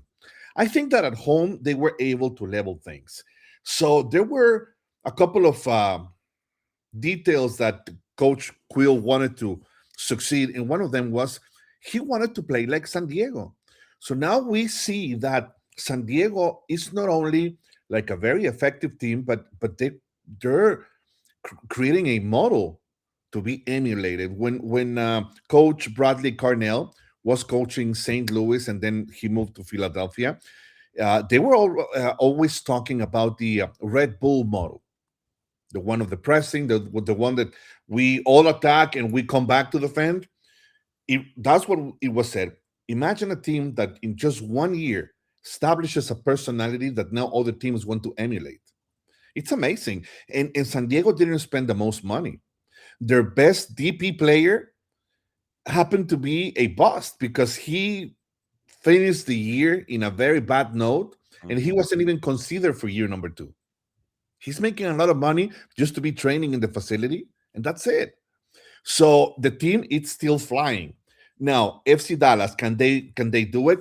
I think they have a better roster, and I think they had more time to make things work better than last year. Again, the Acosta move changed things, and it was one of those things that, oh, damn, we're not going to the mountains, we're going to the beach. We have to rework the back. Bum, bum, bum, bum, bum. We put whatever we had, and we leave the house running. And by the way, I'm so sorry, but I have 7 more minutes because I have to go to the airport. So sorry. I know I missed because my technology problem, but You'll be out in 2, brother. I'm just going to keep you to the bottom of the hour. It's a round number. Thank you. So I think FC Dallas is a work in progress. Can they do it? I think they have a very great player, Petar Musa, that probably he doesn't get the attention and the respect that he deserves. Being very respectful to the people in Dallas is not the biggest market. So probably that plays against, because even when they were a contender in the previous years, they didn't get the media attention that get other teams. So it also plays like a note that the market is not like one of those big that requires all the media attention every single day of every week along the whole season, February to December. But I think they can do great things. And if they fly under the radar without pressure, that can help them to build a very good team. Can't wait for it. You and Cello, just get out there safe. Have a great call.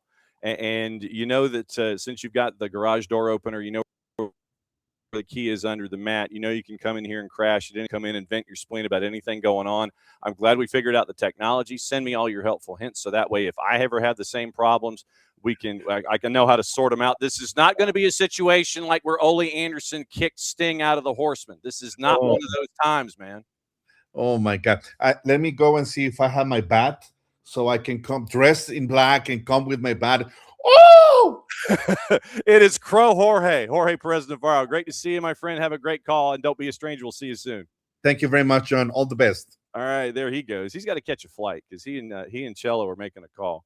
Wow, Jorge Perez Navarro. I'm going to have to remember that one. With all the makeup and everything. Now, if that happened for Halloween, that'd be awesome. And thank you for your patience and your patronage. Jess Charman set to join us in about 15 minutes. Yes, and Googie, that is true. That's why we have teenagers in the house. So morning, Googie, morning, Abby, morning, Alex. And let's see. So morning, Ropes. Let's see. Who else is here? Fateful Chaser I. We got to fix that one later. Let's see. Morning, Abby. Morning, Jordan. And let's see. I'm glad San Francisco was a good time for you. Morning, David. Let's see. It's a morning, Lokeville. And morning, Alex. And so, so Jess Charman set to join us in about 15 minutes. She is up at the Children's Healthcare of Atlanta training facility.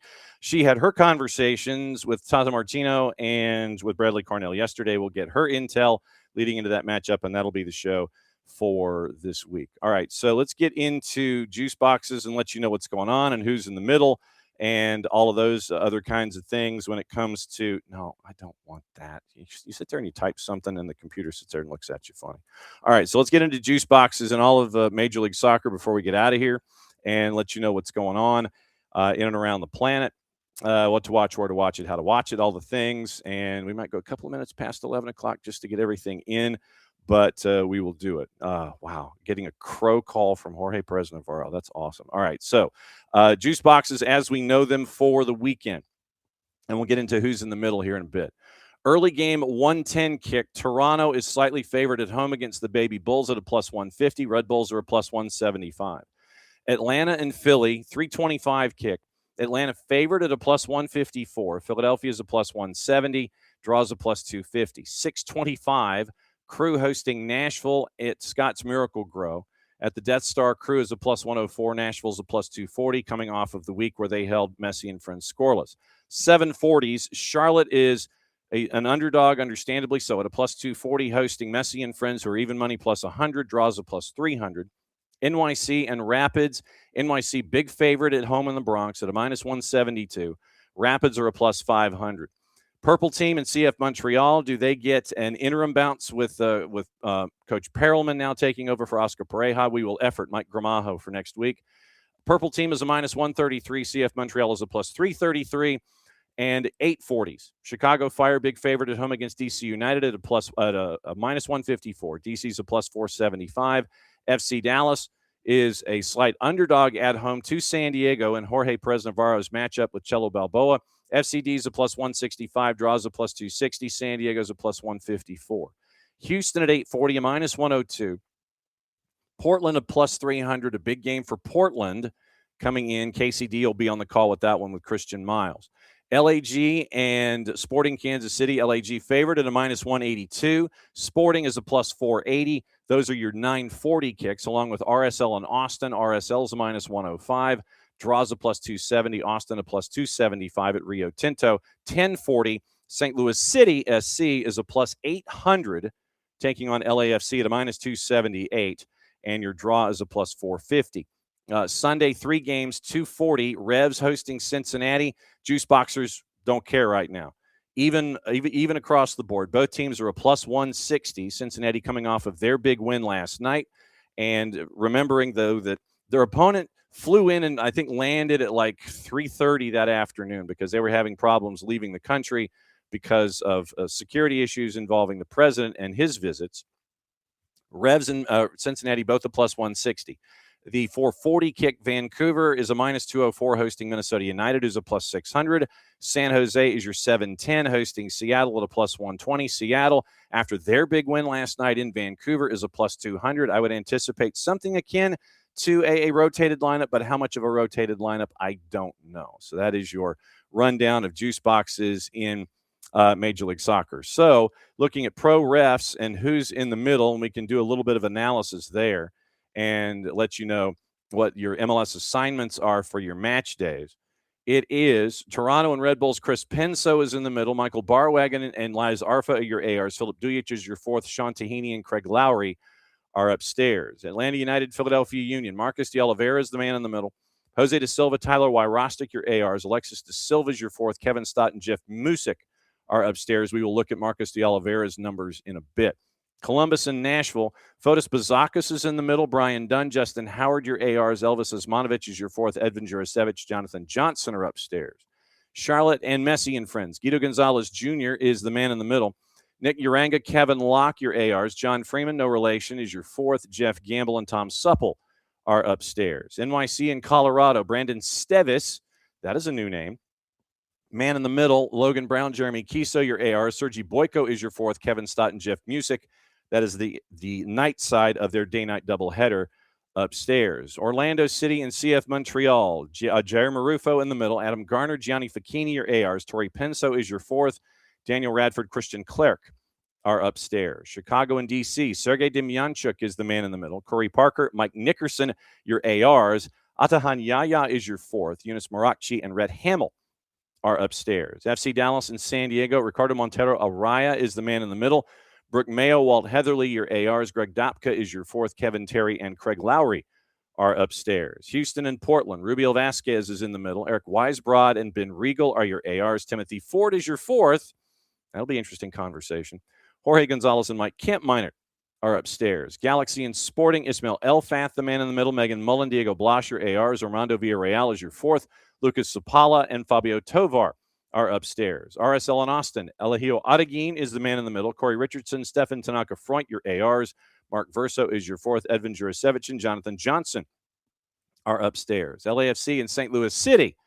Rosendo Mendoza is the man in the middle. Ian McKay, Felicia Mariscal, your ARs. Malik Badawi is your fourth. Daniel Radford and Tom Supple are upstairs. Sunday, Revs in Cincinnati. Lorenzo Hernandez, the man in the middle. Adam Winkowski is your AR along with Nick Balser.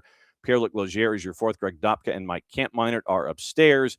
Vancouver and Minnesota. Ricardo Fierro is the man in the middle. Chris Wadham, Gerard Cutter-Lebuy are your ARs. Alan Chapman is your fourth. Michael Radchuk and Christian Clerc are upstairs. San Jose and Seattle. Victor Rivas, the man in the middle. Corey Rockwell, Callie Smith, your ARs. Nabil Ben Salah is your fourth. Lucas Zapala and Fabio Tovar are upstairs. Now let's go into let's get into your numbers and kind of look at the history of Marcos de Oliveira and find out what it is to have him in the middle. And we'll find out, yes, accept all cookies. Goodness gracious. Let's see. So referees. No, stop it. I don't want to try it for free. I don't. Marcos de Oliveira. Let's see. All right. So let's see if we can see what the numbers are for referees when it comes to Major League Soccer, MLS ref foul numbers. Now, it was who scored that we would use, right? No, I don't want stats. Oh, was it FB Ref? I think it was FB Ref. Okay, I think it was them. Performing security. Yeah. Security verification. I'm a human. Keep moving. Yes. Okay, so soccer history overviews. Let's see. Marcos D. Come on. You want to type something and you hit a button and it tells you that it's a tab function and it's not. D. Oliveira. If I could spell, I'd be in business.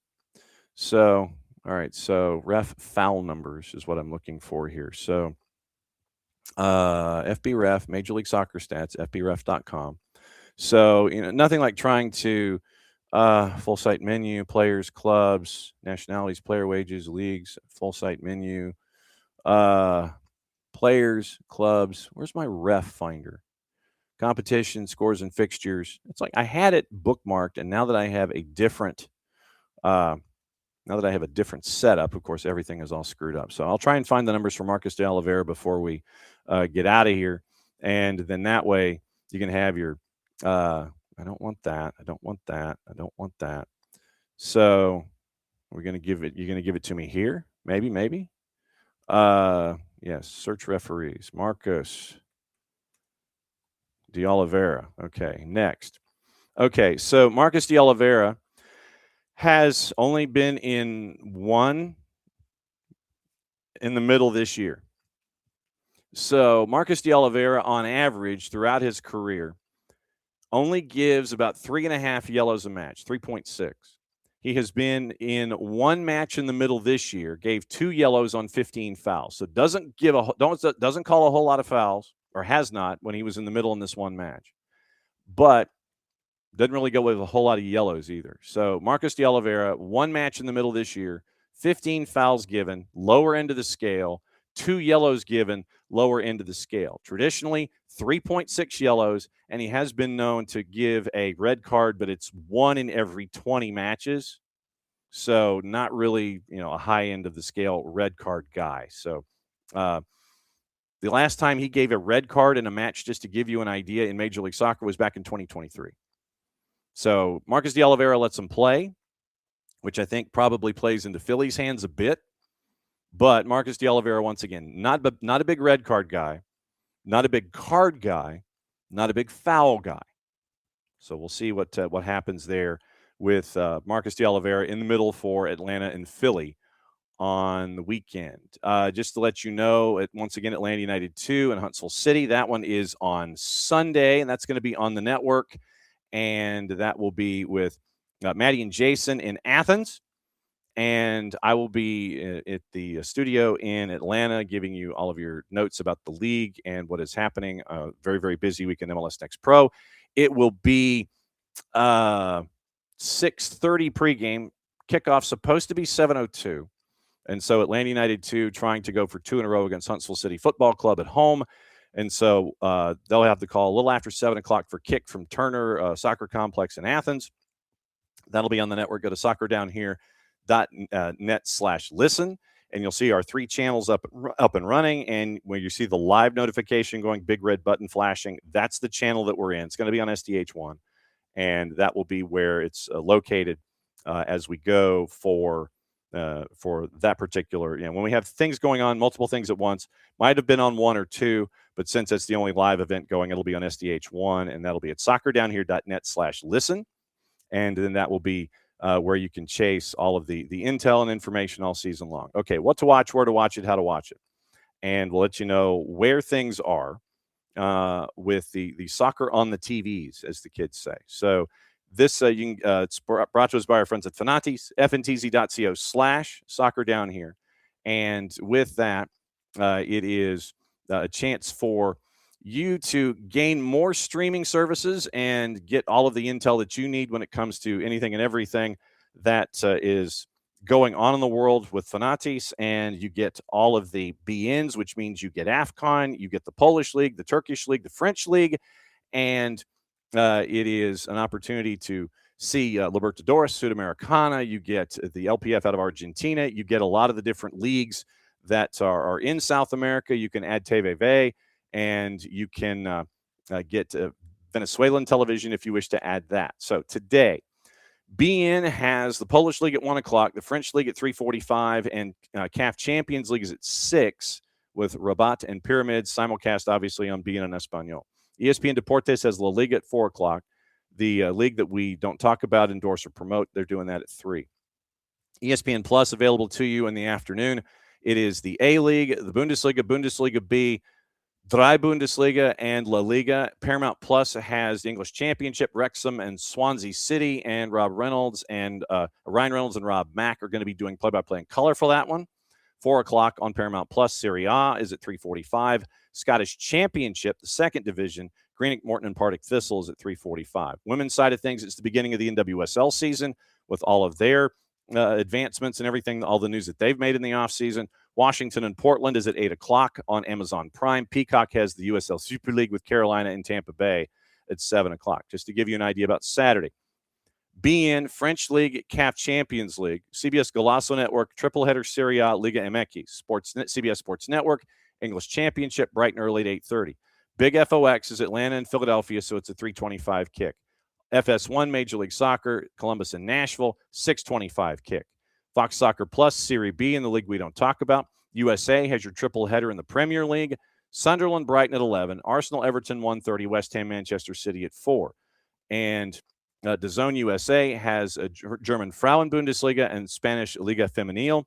ESPN Deportes, quadruple header in La Liga like they always do. Fox Deportes Serie A, ML and MLS at 6:15. Telemundo, Liga MX, Chivas Santos Laguna, TUDN, Sábado Futbolero at 9 and 11. USL Championship, they have Detroit and Brooklyn. Detroit City and Brooklyn. Universo triple header in the Premier League and Liga MX, Chivas Santos Laguna, 7 o'clock. Univision Sábado Futbolero, 9 and 11. Toluca Atlas, Pumas Cruz Azul. Apple TV with all the games going on your Saturday. ESPN Plus. A-League, Eredivisie, Bundesliga, Bundesliga B, Drei Bundesliga, La Liga 2, everything in USL Championship and USL League 1. Cosmos kicking off against Portland Hearts of Pine, 2 o'clock in the afternoon. Greenville and Chattanooga, Knoxville and Madison, Naples and Corpus Christi, Westchester, Charlotte, Sarasota, and Fort Wayne. Fox O&E has Serie A, Serie B, the league we don't talk about, in the doubleheader in Major League Soccer. MLS Next Pro, Carolina Core, Orlando City B Dayside, Tacoma Defiance, Earthquakes 2 Nightside, Paramount Plus, English Championship, League 1, League 2, Serie A, Liga MX, USL Championship, and the Premiership. In Scotland, Peacock, doubleheader in the Premier League, Burnley, Bournemouth, Chelsea, Newcastle. Women's side, Big ABC has Boston and Gotham for Boston's reveal in the NWSL. Ion has a triple header in NWSL. 4, 6:30, and 8:45. ESPN Plus has your A-League. NWSL Plus has North Carolina, Louisville. Peacock has the USL Super League, and that gets us to Sunday. So there you go.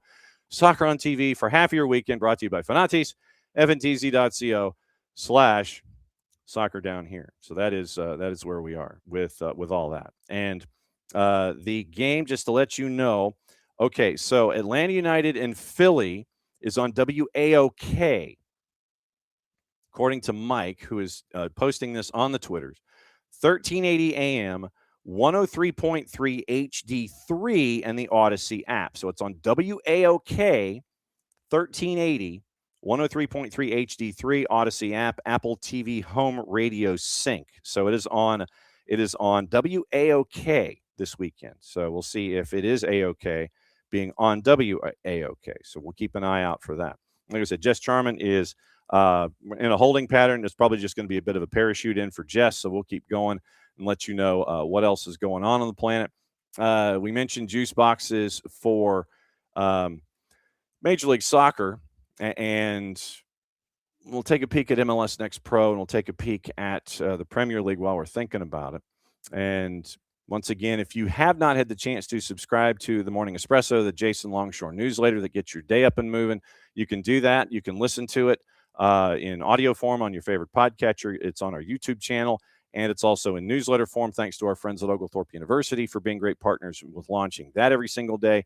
You go to soccerdownhere.beehive, and that's BEEHIIV.com, BEEHIIV.com, and you can subscribe there for everything involving the daily newsletter. You can also go to soccerdownhere.net and figure out how to get it there as well. Okay, since they have not sprung forward yet in England, 11 o'clock, 2 matchups in the Premier League. Bournemouth minus 115 at Turf Moor against Burnley. Sunderland a plus 240 hosting Brighton at a plus 125. 130, Arsenal and Everton. Arsenal big favorite at a minus 256. Chelsea a minus 125 hosting Newcastle. Sorry, Alex. 4 o'clock, West Ham big underdog as Manchester City comes to town at a minus 139. Sunday, Crystal Palace favored on the plus side against Leeds at Selhurst Park at a plus 154. 10 o'clock, Manchester United, Aston Villa, minus 137, hosting Villa, who's a plus 360. Nottingham Forest at 10 o'clock, favored at a plus 125, hosting Fulham at City Ground at a plus 229. Liverpool and Spurs. Spurs are a plus 725. Keep an eye on this one. Liverpool a minus 312. It might be it for Igor Tudor. We don't know, but keep your eye out for it. Then Brentford and Wolves is Monday Night Football. Brentford is a minus 172. Wolves a plus 490. And then they come back and play on Friday night next week to get the next match week up and running. So keep an eye out for that. So that's your 10 matches in the Premier League. So let's see. Down quickly, we mentioned Atlanta United and the twos in MLS Next Pro. They only have the one matchup in MLS Next Pro that's going on, at least that they have the immediate numbers, or they just recognize that it exists. So I guess that's really the basic part of all of that. So once again, NWSL is back this weekend. You have the Trinity Rodman signing. She is back in the fold. For Washington, you have the 2 new expansion teams in Boston and Denver. It'll be interesting to see how they come to full song in their weekend. Gotham has landed Guro Reiten before opening weekend, and they bring her on loan from Chelsea through July with a pre-contract already in place through 2029. Jordan Heitema has been shipped from Seattle to Chicago for $500,000 in Berman bucks, and so that is a lot of faith by Chicago in Heitema coming in from Seattle. Panini is now tied to the NWSL and the NWSL LPA for your trading cards. Houston Dynamo have brought back Aliou Ibrahim from Crew, and so that gives them another body to help out what's going on as they continue to go. Reece James is staying at Chelsea long-term, signed a new 6-year deal with them, keeping him there through 2032. Sweden has signed Graham Potter to a 4-year extension. Finalissima, we talked about it, and it's probably not going to be in Doha as planned. Keep an eye on that location. And Robbie Keane is now linked to the Celtic opening. And so he is right now managing at Ferencváros. And so we will see what happens with him at Ferencváros. And will he be moving to his next employ as we go? All right, so let me get into other news. And like I said, we're still waiting on Jess Charman to see if she can join us from the Children's Healthcare of Atlanta training ground and get her intel on what she has been able to discuss with Tata Martino and with Bradley Carnell before we get out of here. So it might end up being it might be a quick thing with Jess, which is perfectly fine. And we'll find out what is on her mind as she gets ready for the call with Lori Lindsay on the weekend. And so Europa League yesterday, it was Midtjylland getting the win over Nottingham Forest by the score of 1-0 as a part of all of that activity. So Midtjylland ends up at City Ground getting the win. And so Forest, by the way, apparently cut their ticket prices twice this week to get a big crowd to City Ground, and it ended up 1-0 for Midtjylland in the round of 16 for the Conference League and Europa League. And that gives me something else that we haven't had the chance to get into and discuss yet. Was what happened yesterday in Europa League and Conference League. So Europa League yesterday, since yesterday was in fact Thursday, Celta de Vigo and Lyon had a 1-1 draw. Ferencváros 2 up on Braga. Genk won at home against Freiburg. Midtjylland, the road win at a plus 475 at Nottingham Forest. Bologna and AS Roma 1-1 draw. Villa 1-0 over Lille. Panathinaikos 1-0 over Betis. Porto over Stuttgart by the score of 2-1. And that is the first legs in these particular matchups. And so after that, that's what the info that you'll carry with you going into the second legs. Conference League also happened yesterday, and your results there in the round of 16. Legs number 1. AEK Athens put up a big number. They were a minus side favorite. They were up 4 against Celje. Crystal Palace and Larnaca was a goalless draw. That's interesting as they go back to Cyprus for the back end of that one. Fiorentina 2-1 win over Rakov Czestochowa as a minus favorite. Sigma Olomouc, a goalless draw against Mainz. AZ Alkmaar 2-1 against Sparta Prague at home. Then the road teams. Shakhtar Donetsk won 3-1 at Lech Poznan. Strasbourg won 2-1 at Rijeka.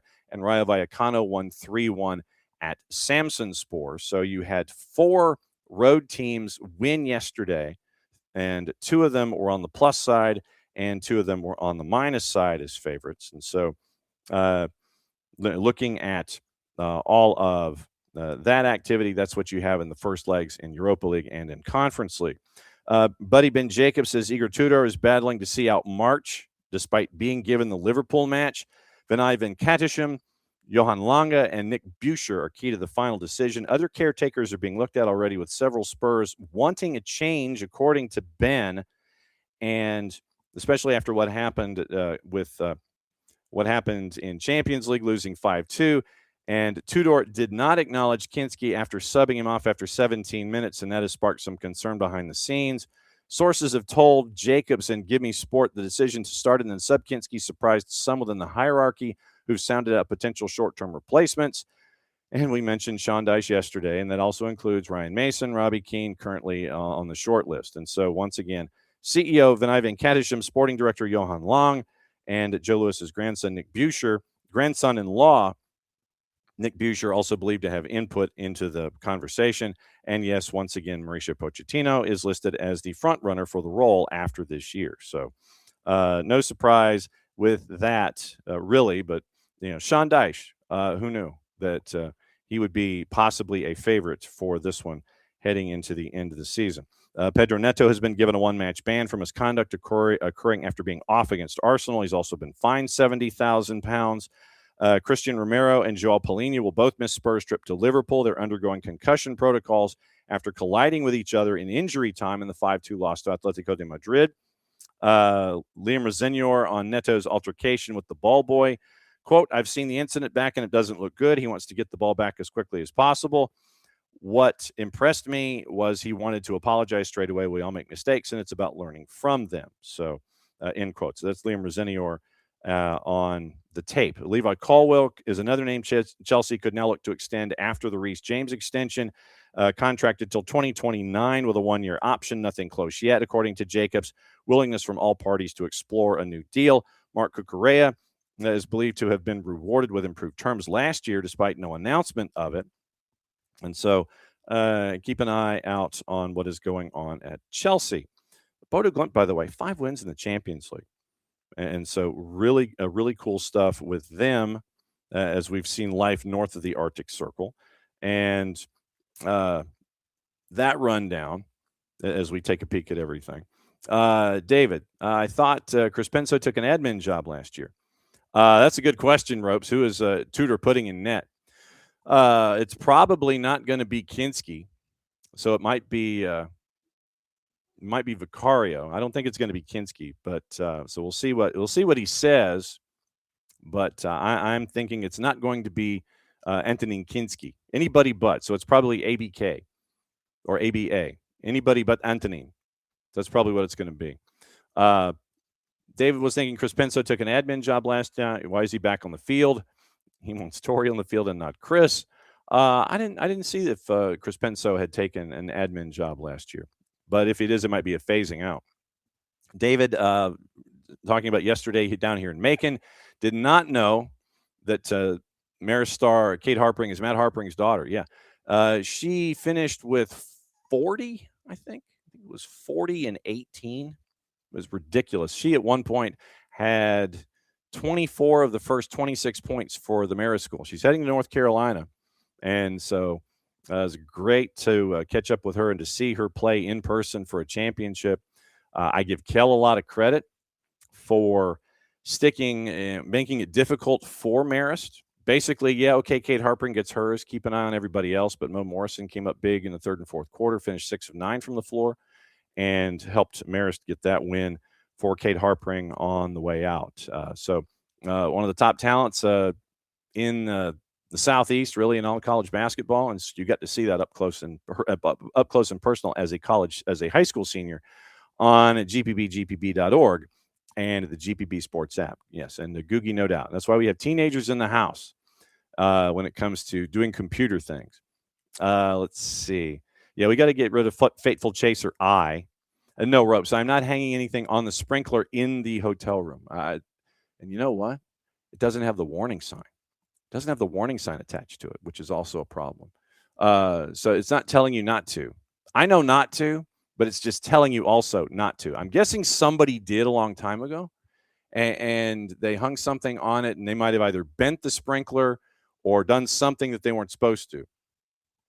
So and so there's no sign with the coat hanger and the circle and the line through it. There's no sign, but I know not to because I have entirely too many clothes. And Ropes, the 96-26 merch. If you missed the conversation yesterday, we caught up with Skate Knopfsinger, the Senior Vice President and Chief Business Officer for Atlanta United, and it was a really cool conversation with her about everything going on for the 17s and season ticket holders and founding members. Season ticket holders, match 18 is Belgium. You also have the opportunity to be in a lottery for tickets for the cup the world is chasing after. So check your emails for that. There's the collaboration of it's United to Dream with what's going on with the WNBA franchise. That stuff's out. I like the T-shirt. I'm probably going to get that. And it's also just a great discussion about the GA100 project, where they now have 52 pitches now earmarked on the GA100 project. They now have 12 new grants, over $1.15 million outbound in this new round, and they now have 52 pitches earmarked in the GA100 project around the state. And this one, you're adding Statenville, which is a Valdosta suburb. You're adding Rome and Somerville to the conversation. And so it's not just Atlanta. And that was really cool. So if you missed that conversation we had with Skate, you can go back and listen to it. It's on the network all across the board. And it was fun to catch up with her. But yeah, the 9626 is going to burn a hole in my wallet. It really is. And Skate was also wearing the scarf for United to Dream as well. So very, very cool stuff there. And Jordan learning about Southwest going through Lambert. And that's, Delta for me or nothing. Delta or me or nothing. And keep an eye on the falling down for Philadelphia. Yeah, well put, Jordan. I'm glad that you enjoyed San Francisco. And 40 degrees, high of 68 tomorrow, low of 41. So it'll be a little warmer here as we go. So, but yeah, really looking forward to it. Once again, reminder, and get the word out. It's the Atlanta United game tomorrow afternoon, 1380 and 1380 a.m. on WAOK, Odyssey app, 103.3 HD3. Because of the early start time, Odyssey's had to kind of juggle some things around. So it's on WAOK, 1380 a.m., 103.3 HD3, and the Odyssey app, and also your syncing of the devices if you have it to Apple, since it's a night game. Quick note: Sporting has acquired 24-year-old forward Kapita Kabemba.